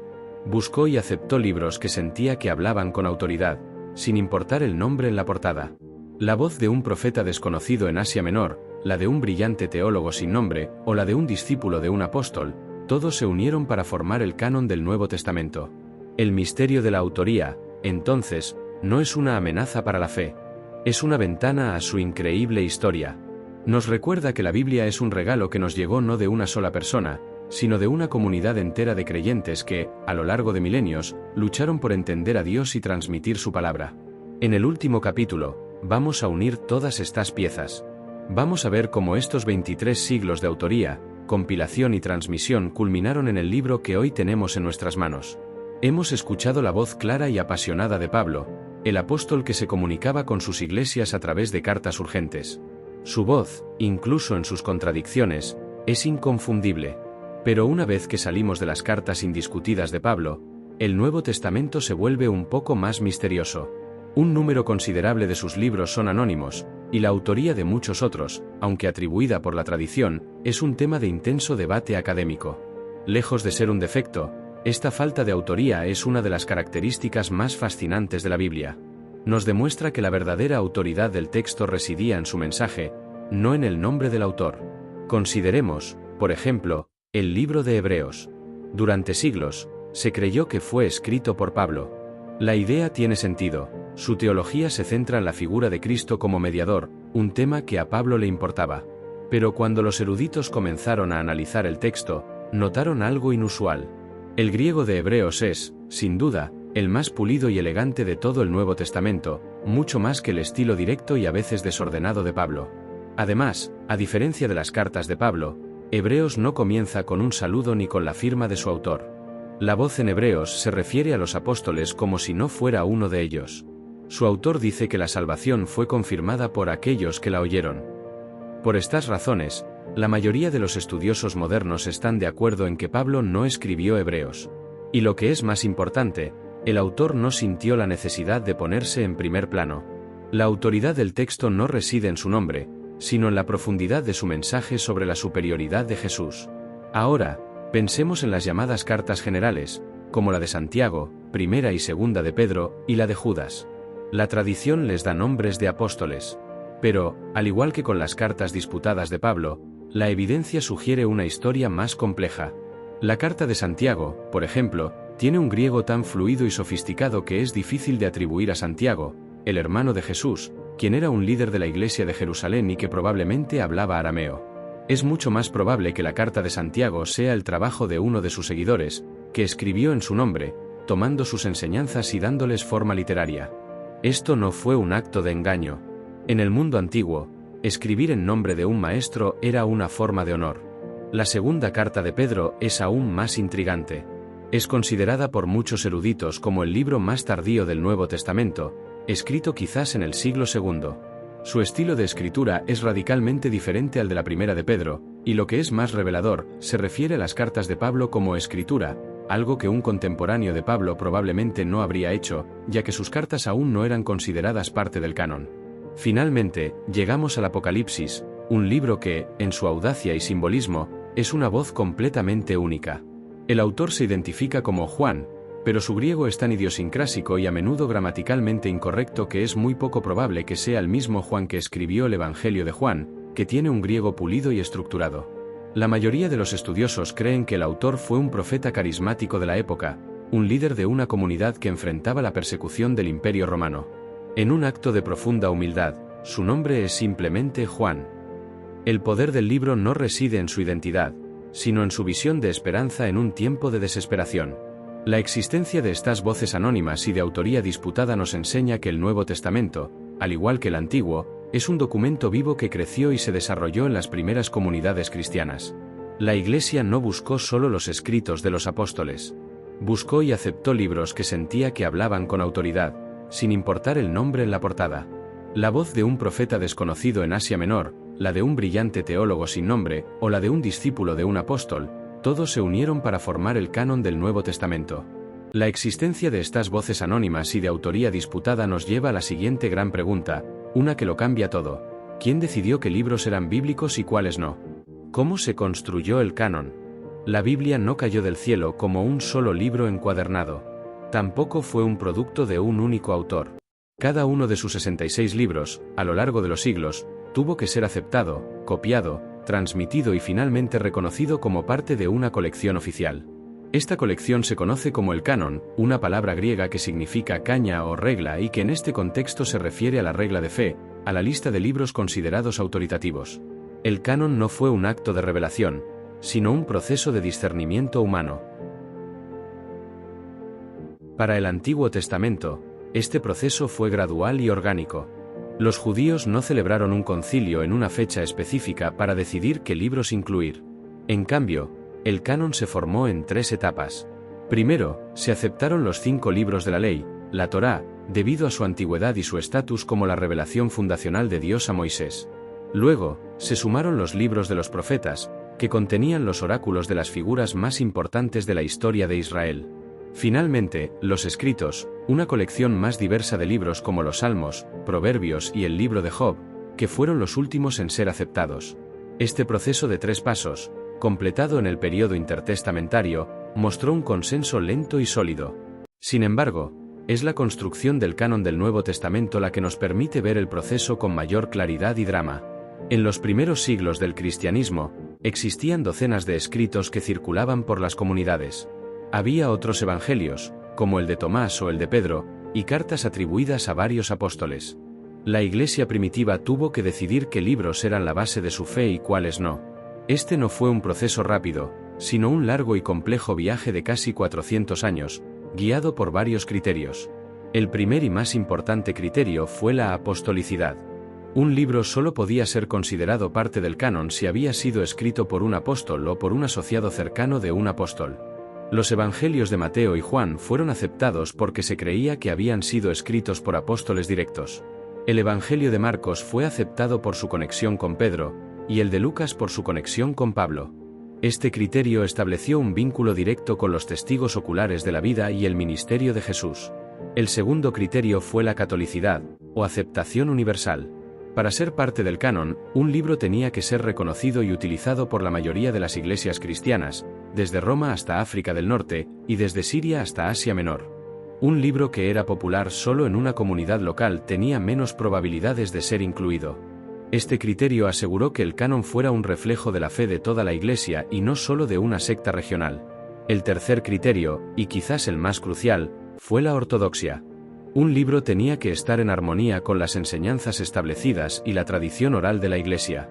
Las primeras comunidades cristianas luchaban contra numerosas herejías, especialmente el gnosticismo, una corriente que presentaba a Jesús de una forma diferente y que producía sus propios evangelios. Los líderes de la Iglesia querían asegurarse de que los libros que aceptaban reflejaran la fe apostólica y no las enseñanzas de estas sectas. Estos 3 criterios, la apostolicidad, la catolicidad y la ortodoxia, sirvieron como una brújula para los líderes de la Iglesia primitiva. Ellos no estaban creando la Biblia de la nada. Estaban discerniendo, bajo la guía del Espíritu Santo, qué libros eran ya reverenciados por las comunidades, cuáles reflejaban fielmente las enseñanzas de los apóstoles, y cuáles eran verdaderamente la palabra de Dios para un pueblo en crecimiento. Este fue un proceso de tremenda importancia, pero no fue un camino de paz. El canon del Nuevo Testamento se formó en medio de debates, controversias y batallas teológicas que, como veremos en el próximo capítulo, decidieron el destino de muchos libros que no lo lograron. Si te imaginas la formación de la Biblia como un proceso pacífico, con líderes de la Iglesia sentados en una mesa, eligiendo libros con calma, tienes una imagen romántica pero incorrecta. La realidad es que la formación del canon del Nuevo Testamento fue una batalla intelectual y teológica por la misma alma de la fe cristiana. Este conflicto fue, en parte, el resultado de movimientos que desafiaron la identidad de la Iglesia y la naturaleza de sus textos sagrados. El primer gran catalizador de esta batalla fue un hombre llamado Marción de Sinope. En el siglo II, Marción propuso una idea radical: el Dios del Antiguo Testamento, un ser de juicio y castigo, era diferente al Dios de Jesucristo, un ser de amor y misericordia. Para Marción, el cristianismo debía romper por completo con el judaísmo. Por ello, creó su propio canon de las Escrituras, que incluía solamente una versión editada del Evangelio de Lucas y 10 de las cartas de Pablo. Rechazó el resto del Nuevo Testamento y el Antiguo Testamento por completo, considerándolos productos de un Dios inferior. La amenaza de Marción fue tan grande que obligó a la Iglesia a reaccionar. Su canon minimalista fue el detonante que hizo que la Iglesia, por primera vez, necesitara definir qué libros consideraba canónicos. El segundo gran desafío vino de una serie de movimientos, colectivamente conocidos como el gnosticismo. Los gnósticos creían que la salvación no se lograba a través de la fe en Jesús, sino a través de un conocimiento secreto o gnosis. Producían sus propios evangelios y textos sagrados, como el Evangelio de Tomás, una colección de dichos de Jesús sin ninguna narrativa sobre su vida, muerte o resurrección. Para la Iglesia, estos libros eran problemáticos. A menudo presentaban a Jesús como un ser puramente espiritual, negando su humanidad, y se contradecían entre sí. La Iglesia defendió la idea de que la verdadera revelación era pública, no secreta, y que provenía de los apóstoles. Los gnósticos fueron un recordatorio constante de que la Iglesia necesitaba establecer un canon que reflejara la fe histórica de la comunidad, no el conocimiento exclusivo de un grupo pequeño. Pero incluso dentro de los libros que finalmente entraron en el canon, hubo debates intensos. El libro de Hebreos, aunque una obra maestra teológica, era cuestionado en las iglesias de Occidente porque su autoría era desconocida. Se resistían a incluirlo en la lista de los libros paulinos. En el Oriente, el Apocalipsis, con su lenguaje místico y su simbolismo apocalíptico, era visto con sospecha por algunos líderes de la Iglesia, que lo consideraban demasiado confuso para la lectura pública. Estos debates no se resolvieron fácilmente, y demuestran que la formación del canon no fue una decisión de unos pocos, sino un consenso que se construyó laboriosamente a lo largo de los siglos. La culminación de este proceso ocurrió en el siglo IV. En el año 367 después de Cristo, Atanasio de Alejandría escribió una carta de Pascua en la que enumeraba, por primera vez, los 27 libros del Nuevo Testamento exactamente como los tenemos hoy. Aunque otros líderes e iglesias aún tenían pequeñas variaciones, la lista de Atanasio reflejaba un consenso que ya se había formado en la mayor parte del mundo cristiano. Su carta, en esencia, no creó el canon, sino que lo documentó, poniendo fin a la batalla y estableciendo una guía clara para la Iglesia. El proceso de selección fue un combate, una lucha contra las herejías, los cismas y las diferentes interpretaciones de la fe. Y el resultado fue un canon que, en su esencia, reflejó el compromiso de la Iglesia primitiva de preservar la fe que le había sido transmitida por los apóstoles, una fe que era histórica, pública y universal. La historia de esta batalla nos muestra que la Iglesia luchó por sus escrituras, y su victoria significó que muchos otros libros, que no cumplieron con los criterios, quedarían fuera. En el próximo capítulo, vamos a explorar esos libros que no lo lograron, los fascinantes, y a menudo extraños, textos apócrifos y su lugar en la historia. Si la formación del canon fue una batalla, ¿qué pasó con los perdedores? ¿Qué pasó con los libros que se escribieron, que circularon y que fueron leídos por las primeras comunidades cristianas, pero que al final no fueron incluidos en la Biblia? La existencia de estos libros, a menudo llamados apócrifos y pseudepígrafos, es fundamental para entender la importancia del proceso de selección que vimos en el capítulo anterior. La Iglesia no estaba eligiendo libros de una lista arbitraria, sino que estaba tomando decisiones críticas sobre la naturaleza de su fe. Para empezar, debemos hacer una distinción. Los apócrifos, del griego, oculto o no canónico, son libros del Antiguo Testamento que fueron escritos en el período intertestamentario. Libros como 1 y 2 Macabeos, Tobit, Judith y el Eclesiástico se incluyeron en la Septuaginta, la traducción griega del Antiguo Testamento, y son considerados canónicos por las iglesias católica y ortodoxa, pero no por las iglesias protestantes y el judaísmo. Por otro lado, los pseudepígrafos, del griego, escritos falsamente, son libros del Nuevo Testamento que fueron rechazados porque se les atribuía falsamente la autoría de un apóstol. Para entender por qué se rechazaron, debemos sumergirnos en el contenido de algunos de estos libros. El Evangelio de Pedro, por ejemplo, describe la crucifixión de Jesús con detalles dramáticos y fantásticos. En su versión, la cruz misma habla y un Jesús gigante sale de la tumba, con la cabeza tocando el cielo. El Evangelio de Tomás, que circulaba en las comunidades gnósticas, es una colección de 114 dichos de Jesús, sin una narrativa de su vida o su muerte.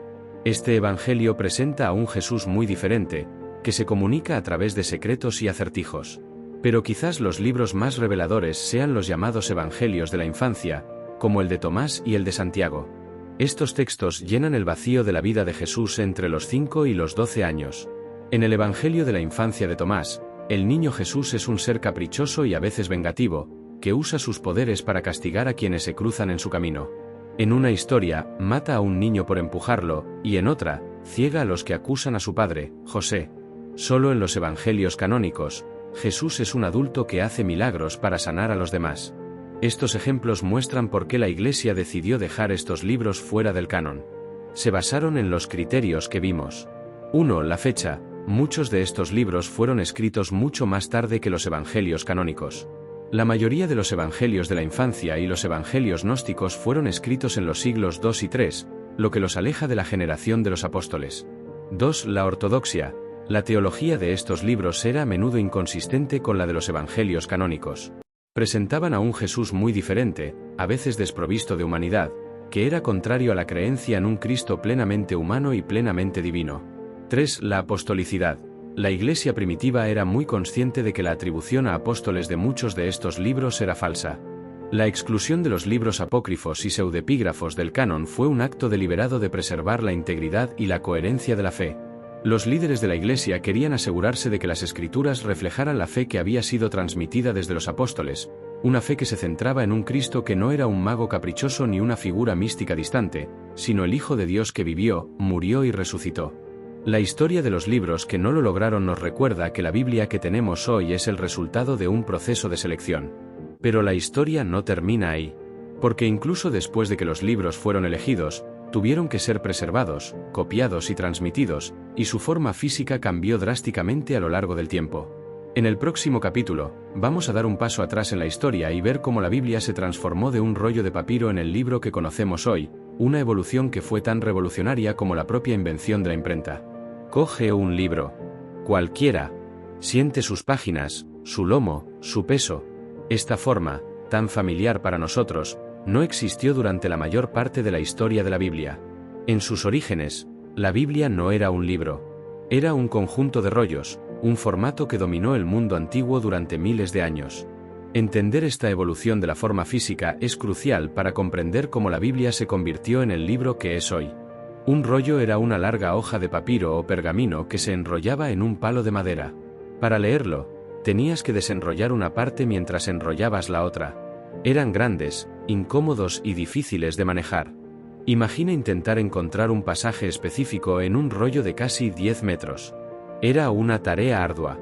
Por su tamaño, un solo rollo solo podía contener 1 o 2 libros del Antiguo Testamento. La ley de Moisés, los Salmos, los profetas, todos eran rollos separados, una verdadera biblioteca que ocupaba estanterías enteras. Pero en el siglo II después de Cristo, una revolución silenciosa comenzó a tomar forma. Mientras los judíos continuaban usando los rollos para sus textos sagrados, los cristianos, una minoría incipiente, comenzaron a adoptar un formato nuevo y radical, el códice. El códice es, en esencia, el precursor del libro moderno. En lugar de un rollo, eran hojas de papiro o pergamino, dobladas y cosidas en el centro. La invención del códice fue un punto de inflexión para el cristianismo. ¿Por qué? Por una serie de ventajas que cambiaron el juego por completo. 1. Portabilidad. Un códice era mucho más pequeño y fácil de transportar. Podías llevar varios libros del Nuevo Testamento en un solo volumen, lo que era imposible con los rollos. 2. Accesibilidad. Con un códice, Podías hojear las páginas para encontrar un pasaje en segundos, algo que con un rollo te llevaría minutos. Era mucho más práctico para la lectura pública y el estudio personal. 3. Economía. A menudo, podías escribir en ambos lados de una hoja, lo que reducía drásticamente la cantidad de material que necesitabas. La adopción del códice por los primeros cristianos fue una de las decisiones más importantes en la historia del cristianismo. Les permitió recopilar y unificar los evangelios, las cartas de Pablo y otros escritos en un solo volumen. La forma física del códice se convirtió en un símbolo de la unidad del Nuevo Testamento. No era solo una colección de textos, era el libro de los cristianos. Fue una decisión de formato que tuvo enormes consecuencias teológicas. La invención del códice fue para la Iglesia primitiva lo que la imprenta de Gutenberg fue para la Reforma protestante. A través del códice, los textos sagrados se hicieron más accesibles para las personas comunes, la teología pudo ser estudiada con mayor profundidad, y el mensaje de la nueva fe pudo ser difundido más fácilmente. Cuando los arqueólogos encontraron los manuscritos del Mar Muerto, descubrieron que estaban en rollos. Pero cuando descubrieron los manuscritos cristianos más antiguos, estaban en forma de códices. Esto es una señal clara de la revolución que ocurrió en el siglo II. La Biblia que hoy tienes en tus manos es el resultado final de esta increíble evolución, una transformación física que nos recuerda que la palabra de Dios no solo se transmitió a través de las mentes y las palabras de los autores, sino también a través del ingenio de la tecnología humana. Pero la historia de la Biblia no termina con el códice. Porque una vez que la Biblia se formó, se enfrentó a un desafío aún mayor, la traducción. En el próximo capítulo, vamos a explorar la fascinante historia de cómo la Biblia pasó de ser un texto en hebreo y griego a los miles de idiomas que se hablan hoy. Si estás escuchando esto, es probable que la Biblia que lees no haya sido escrita originalmente en tu idioma. La mayor parte del Antiguo Testamento fue escrita en hebreo, con algunas partes en arameo, la lengua que Jesús mismo hablaba. El Nuevo Testamento, por su parte, se escribió en el griego koiné, el idioma común del Imperio Romano del siglo I. Entonces, ¿cómo llegó hasta ti? A través de la ardua y a menudo peligrosa historia de la traducción. Entender este proceso es fundamental para comprender que toda traducción es una forma de interpretación, un puente entre el lenguaje original y el nuestro. La primera gran traducción de la Biblia ocurrió mucho antes de Cristo. La Septuaginta, una versión griega del Antiguo Testamento, fue creada por los judíos en Alejandría en el siglo III a.C. Se la llamó así por la tradición de que fue traducida por 70, o 72, eruditos. La Septuaginta fue la Biblia del mundo de habla griega. Fue la versión del Antiguo Testamento que usaron los apóstoles y los autores del Nuevo Testamento. Cuando el apóstol Pablo cita las Escrituras, casi siempre cita la Septuaginta. Con la expansión del cristianismo por el Imperio Romano, el latín se convirtió en el idioma de la Iglesia occidental. En el siglo IV, el erudito Jerónimo emprendió la monumental tarea de traducir la Biblia completa al latín. A su obra se la llamó la Vulgata, que significa la versión común o popular. La Vulgata se convirtió en la Biblia de la cristiandad occidental durante más de 1000 años, y gran parte de su lenguaje y teología se filtraron en las lenguas europeas. Pero la traducción no es un proceso sencillo. Cada idioma tiene una forma única de ver el mundo. Un solo concepto hebreo, como el hist, se traduce a menudo como amor incondicional, misericordia o fidelidad del pacto, y ninguna de estas palabras por sí solas captura todo su significado. Un traductor tiene que tomar decisiones difíciles. ¿Debe ser lo más literal posible, o debe ser más dinámico, transmitiendo el significado por encima de la palabra exacta? Piensen en ello como la diferencia entre traducir un manual de instrucciones, literal, y un poema, dinámico. Ambas son válidas, pero tienen propósitos diferentes, y por eso hoy tenemos tantas traducciones diferentes de la Biblia. La historia de la traducción está llena de héroes y mártires. Durante la Edad Media, la Biblia solo existía en latín, un idioma que solo los clérigos y los eruditos podían leer. Hombres como John Wycliffe en Inglaterra y, más tarde, Martín Lutero en Alemania, desafiaron a la Iglesia y tradujeron la Biblia a las lenguas vernáculas para que el pueblo común pudiera leerla. Esto fue considerado un acto de herejía. William Tyndale, el hombre que dio forma a gran parte de la Biblia inglesa moderna, fue ejecutado en 1536 por el crimen de traducir la Biblia al inglés, declarando que quería que el niño que conduce el arado pudiera leer las Escrituras. Gracias a la audacia de estos hombres, la Biblia que alguna vez fue un texto reservado para unos pocos, se convirtió en un libro para todos. La traducción no es un acto de traición, sino un acto de amor, que tomó un texto de un tiempo y lugar lejanos y lo hizo relevante para nosotros. El lenguaje original de la Biblia fue, en cierto modo, encontrado de nuevo por los traductores en cada palabra de su propio idioma.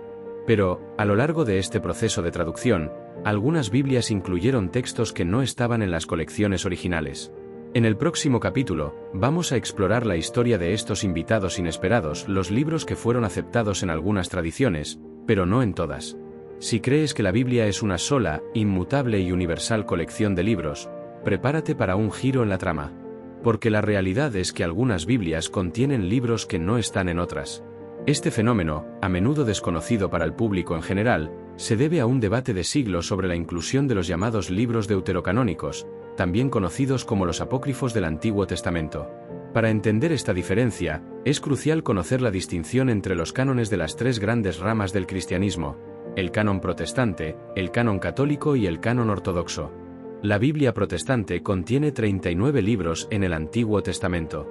Este número refleja el canon de la Biblia hebrea, que fue el canon judío establecido después de la destrucción del templo en Jerusalén. La Biblia católica, por otro lado, tiene 7 libros adicionales y algunas adiciones a los libros de Daniel y Esther. Estos libros, llamados deuterocanónicos, que significa segundo canon, son Tobit, Judit, 1 y 2 Macabeos, Sabiduría de Salomón, Eclesiástico, o Sirácida y Baruc. Las iglesias ortodoxas tienen un canon aún más grande, que incluye estos libros y otros como 3 y 4 Macabeos, un Esdras y el Salmo 151. Entonces, ¿de dónde vinieron estos invitados? La clave está en la Septuaginta, la traducción griega de la Biblia hebrea que vimos en el capítulo anterior. La Septuaginta, que fue la Biblia del mundo de habla griega en el que vivían los apóstoles y la iglesia primitiva, incluía estos libros deuterocanónicos. Los primeros cristianos, de hecho, valoraban y usaban estos libros. Los padres de la iglesia a menudo citaban de ellos, y su uso era tan común que se consideraban parte de la tradición. Pero el debate sobre su canonicidad no se resolvió hasta la Reforma Protestante en el siglo XVI. Los reformadores, liderados por Martín Lutero, decidieron volver a las fuentes originales, es decir, al canon hebreo del Antiguo Testamento. Argumentaron que, dado que estos libros no estaban en el canon hebreo, no debían ser considerados como inspirados de la misma manera que el resto de las escrituras. Aunque Lutero los consideraba útiles para la lectura, no los consideró autoritativos para la doctrina. Los reformadores, por ejemplo, citaron el libro de 2 Macabeos, que habla de la oración por los muertos, como un ejemplo de una enseñanza que no se encontraba en el canon hebreo. La Iglesia Católica, en respuesta a la Reforma, reafirmó la inclusión de estos libros en el Concilio de Trento en el año 1546, declarándolos canónicos. Este acto consolidó la diferencia que existe hasta el día de hoy entre las Biblias católica y protestante. La historia de los libros deuterocanónicos es un recordatorio de que la Biblia es, en parte, un producto de las decisiones históricas y teológicas de la Iglesia. El debate sobre qué libros incluir y cuáles excluir ha sido una parte fundamental de la historia del cristianismo, y el hecho de que no todos los cristianos lean exactamente los mismos libros subraya la importancia de entender de dónde provienen los libros que tenemos. La Biblia que posees no solo fue escrita por diferentes autores, sino que también fue compilada en diferentes momentos para diferentes comunidades. Pero la historia de la autoría no se queda solo en los debates teológicos. En el próximo capítulo, vamos a ver cómo la ciencia y la arqueología han desenterrado pistas que nos permiten reconstruir esta historia de una manera tangible y visual, llevando la historia de la Biblia directamente a nuestras manos. Por mucho tiempo, la historia de la Biblia fue un asunto de pura fe. Se creía que su transmisión era un milagro, un misterio que no podía ser verificado. Pero en el último siglo, la ciencia ha intervenido de una forma poderosa. La arqueología y la crítica textual han desenterrado y examinado miles de artefactos y manuscritos, permitiéndonos, de forma literal, sostener la historia de la Biblia en nuestras propias manos.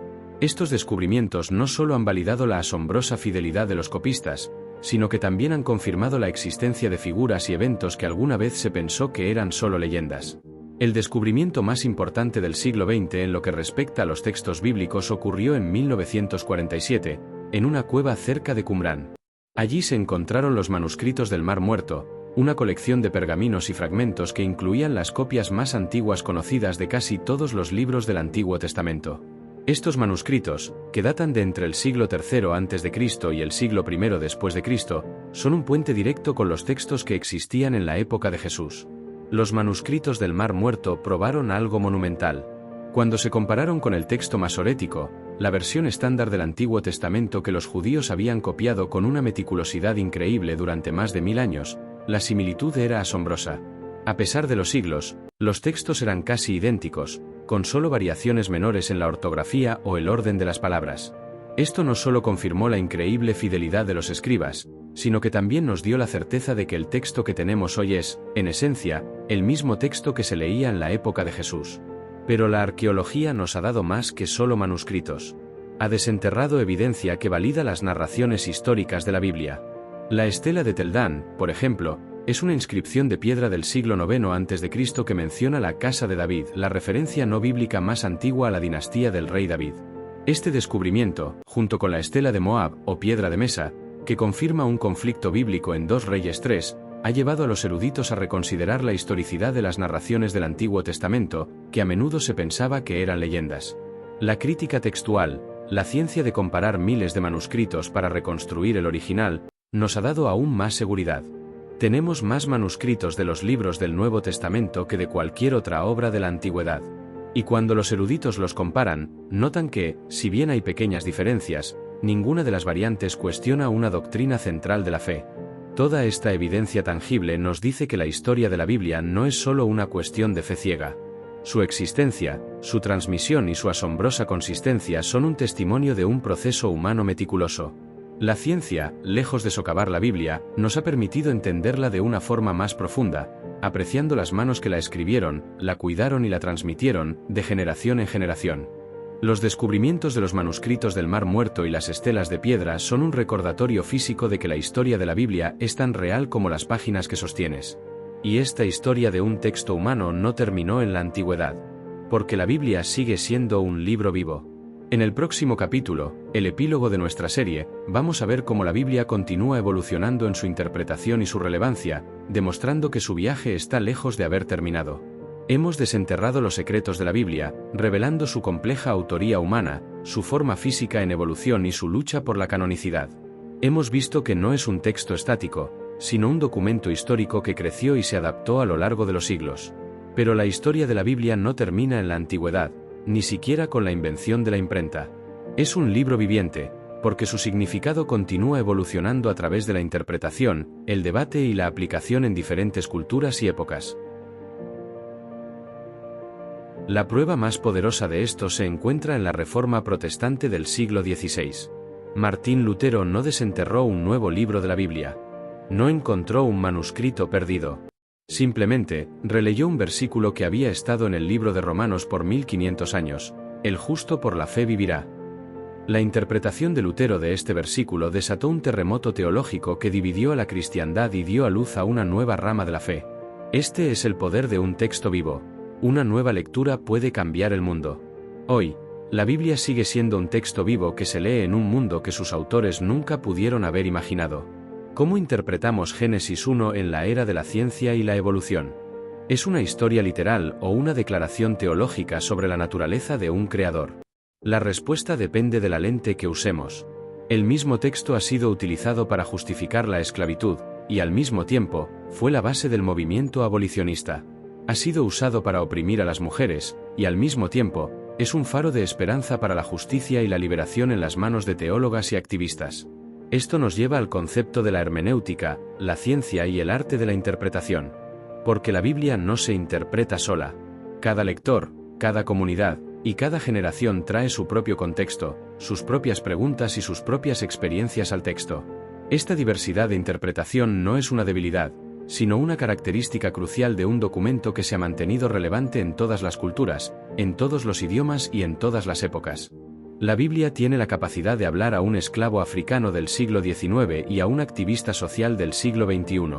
El significado de la Biblia no se encuentra solo en el pasado, sino en la interacción entre el pasado y el presente. Es una conversación continua entre los autores de la antigüedad, los sabios, los profetas, los reyes y los apóstoles, y el lector actual. El significado de la Biblia no reside solo en lo que sus autores quisieron decir, sino en lo que el texto puede significar para nosotros hoy. La Biblia es un libro que, en un sentido muy real, no está completo. Su historia se sigue escribiendo en el corazón de cada persona que la lee y se sigue viviendo en cada comunidad que la aplica. La Biblia que tienes en tus manos es más que un simple libro. Es la culminación de un proceso de milenios, una obra de arte colectiva, y un documento que continúa inspirando a la humanidad a través de su capacidad de hablar de una forma nueva a cada generación. En el próximo y último capítulo, vamos a ofrecer la recompensa final por este viaje, una nueva forma de ver, entender y apreciar la Biblia, un epílogo que unirá todas las piezas que hemos explorado. Recordemos de dónde venimos. Empezamos viendo que la Biblia no es un libro, sino una biblioteca de 66 libros, escritos por docenas de autores, a lo largo de 15 siglos.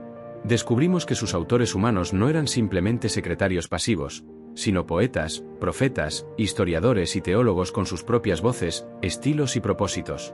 Vimos que el Antiguo Testamento se tejió a partir de múltiples fuentes, un tapiz complejo que unió narrativas y leyes de diferentes tradiciones. Fuimos testigos de cómo las crisis, como el exilio en Babilonia, obligaron a un pueblo a poner su fe por escrito, y cómo los escribas, lejos de ser copistas aburridos, fueron los guardianes y arquitectos de esta tradición. Dimos un salto de 500 años para ver cómo el Nuevo Testamento surgió de una fe oral, y cómo los evangelios, lejos de ser una sola biografía, eran 4 retratos únicos de Jesús, cada uno con su propio mensaje para una comunidad específica. Vimos la voz urgente de Pablo en sus cartas, la autoría de los libros anónimos y la batalla intelectual que dio forma al canon que conocemos hoy. Rastreamos la evolución física de la Biblia, de rollos a códices, y su viaje de idiomas antiguos a las miles de lenguas de hoy. Y en el camino, vimos cómo la arqueología y la ciencia han validado la asombrosa consistencia de su transmisión. Pero la pregunta final que nos queda es, ¿ha destruido todo este conocimiento nuestra fe? ¿Ha hecho que la Biblia sea menos sagrada, menos poderosa? La respuesta, para mí, es un rotundo no. La Biblia no es un producto perfecto y preenvasado que cayó del cielo. Es un proceso vivo, un testimonio de que Dios eligió revelarse a sí mismo a través del desorden, de la imperfección y de la creatividad de los seres humanos. Su humanidad no es un defecto, es su mayor fortaleza. El hecho de que la Biblia contenga errores históricos menores, contradicciones literarias o estilos variados no la hace menos divina. Al contrario, nos muestra que Dios no tiene miedo de nuestra humanidad. Él se encuentra en ella. La Biblia que tenemos hoy es como un tesoro familiar que se ha transmitido de generación en generación. No es un objeto impecable y sin marca. Sus páginas tienen las huellas de las manos que las escribieron, las lágrimas de los mártires que las guardaron, y la tinta de los escribas que las copiaron sin descanso. Sus imperfecciones son, de hecho, parte de su historia, y esa historia es lo que la hace tan valiosa. Esta nueva mirada a la Biblia nos libera de la necesidad de que sea un ídolo perfecto e inmutable y nos invita a participar en un diálogo. Nos invita a leerla con una nueva humildad y un nuevo asombro, sabiendo que estamos escuchando las voces de un coro diverso, cada una resonando con una verdad única. La Biblia no es un monolito estático, sino un libro que sigue viviendo en la interpretación y la aplicación de sus lectores, una y otra vez, en cada generación. La Biblia no es un ídolo que adorar. Es un libro para vivir. Un libro que nos cuenta la historia de un Dios que se dignó a hablar a través de nosotros, de una forma tan humana, que su mensaje resuena con una profundidad que ninguna voz perfecta podría haber logrado. Gracias por acompañarme en este viaje.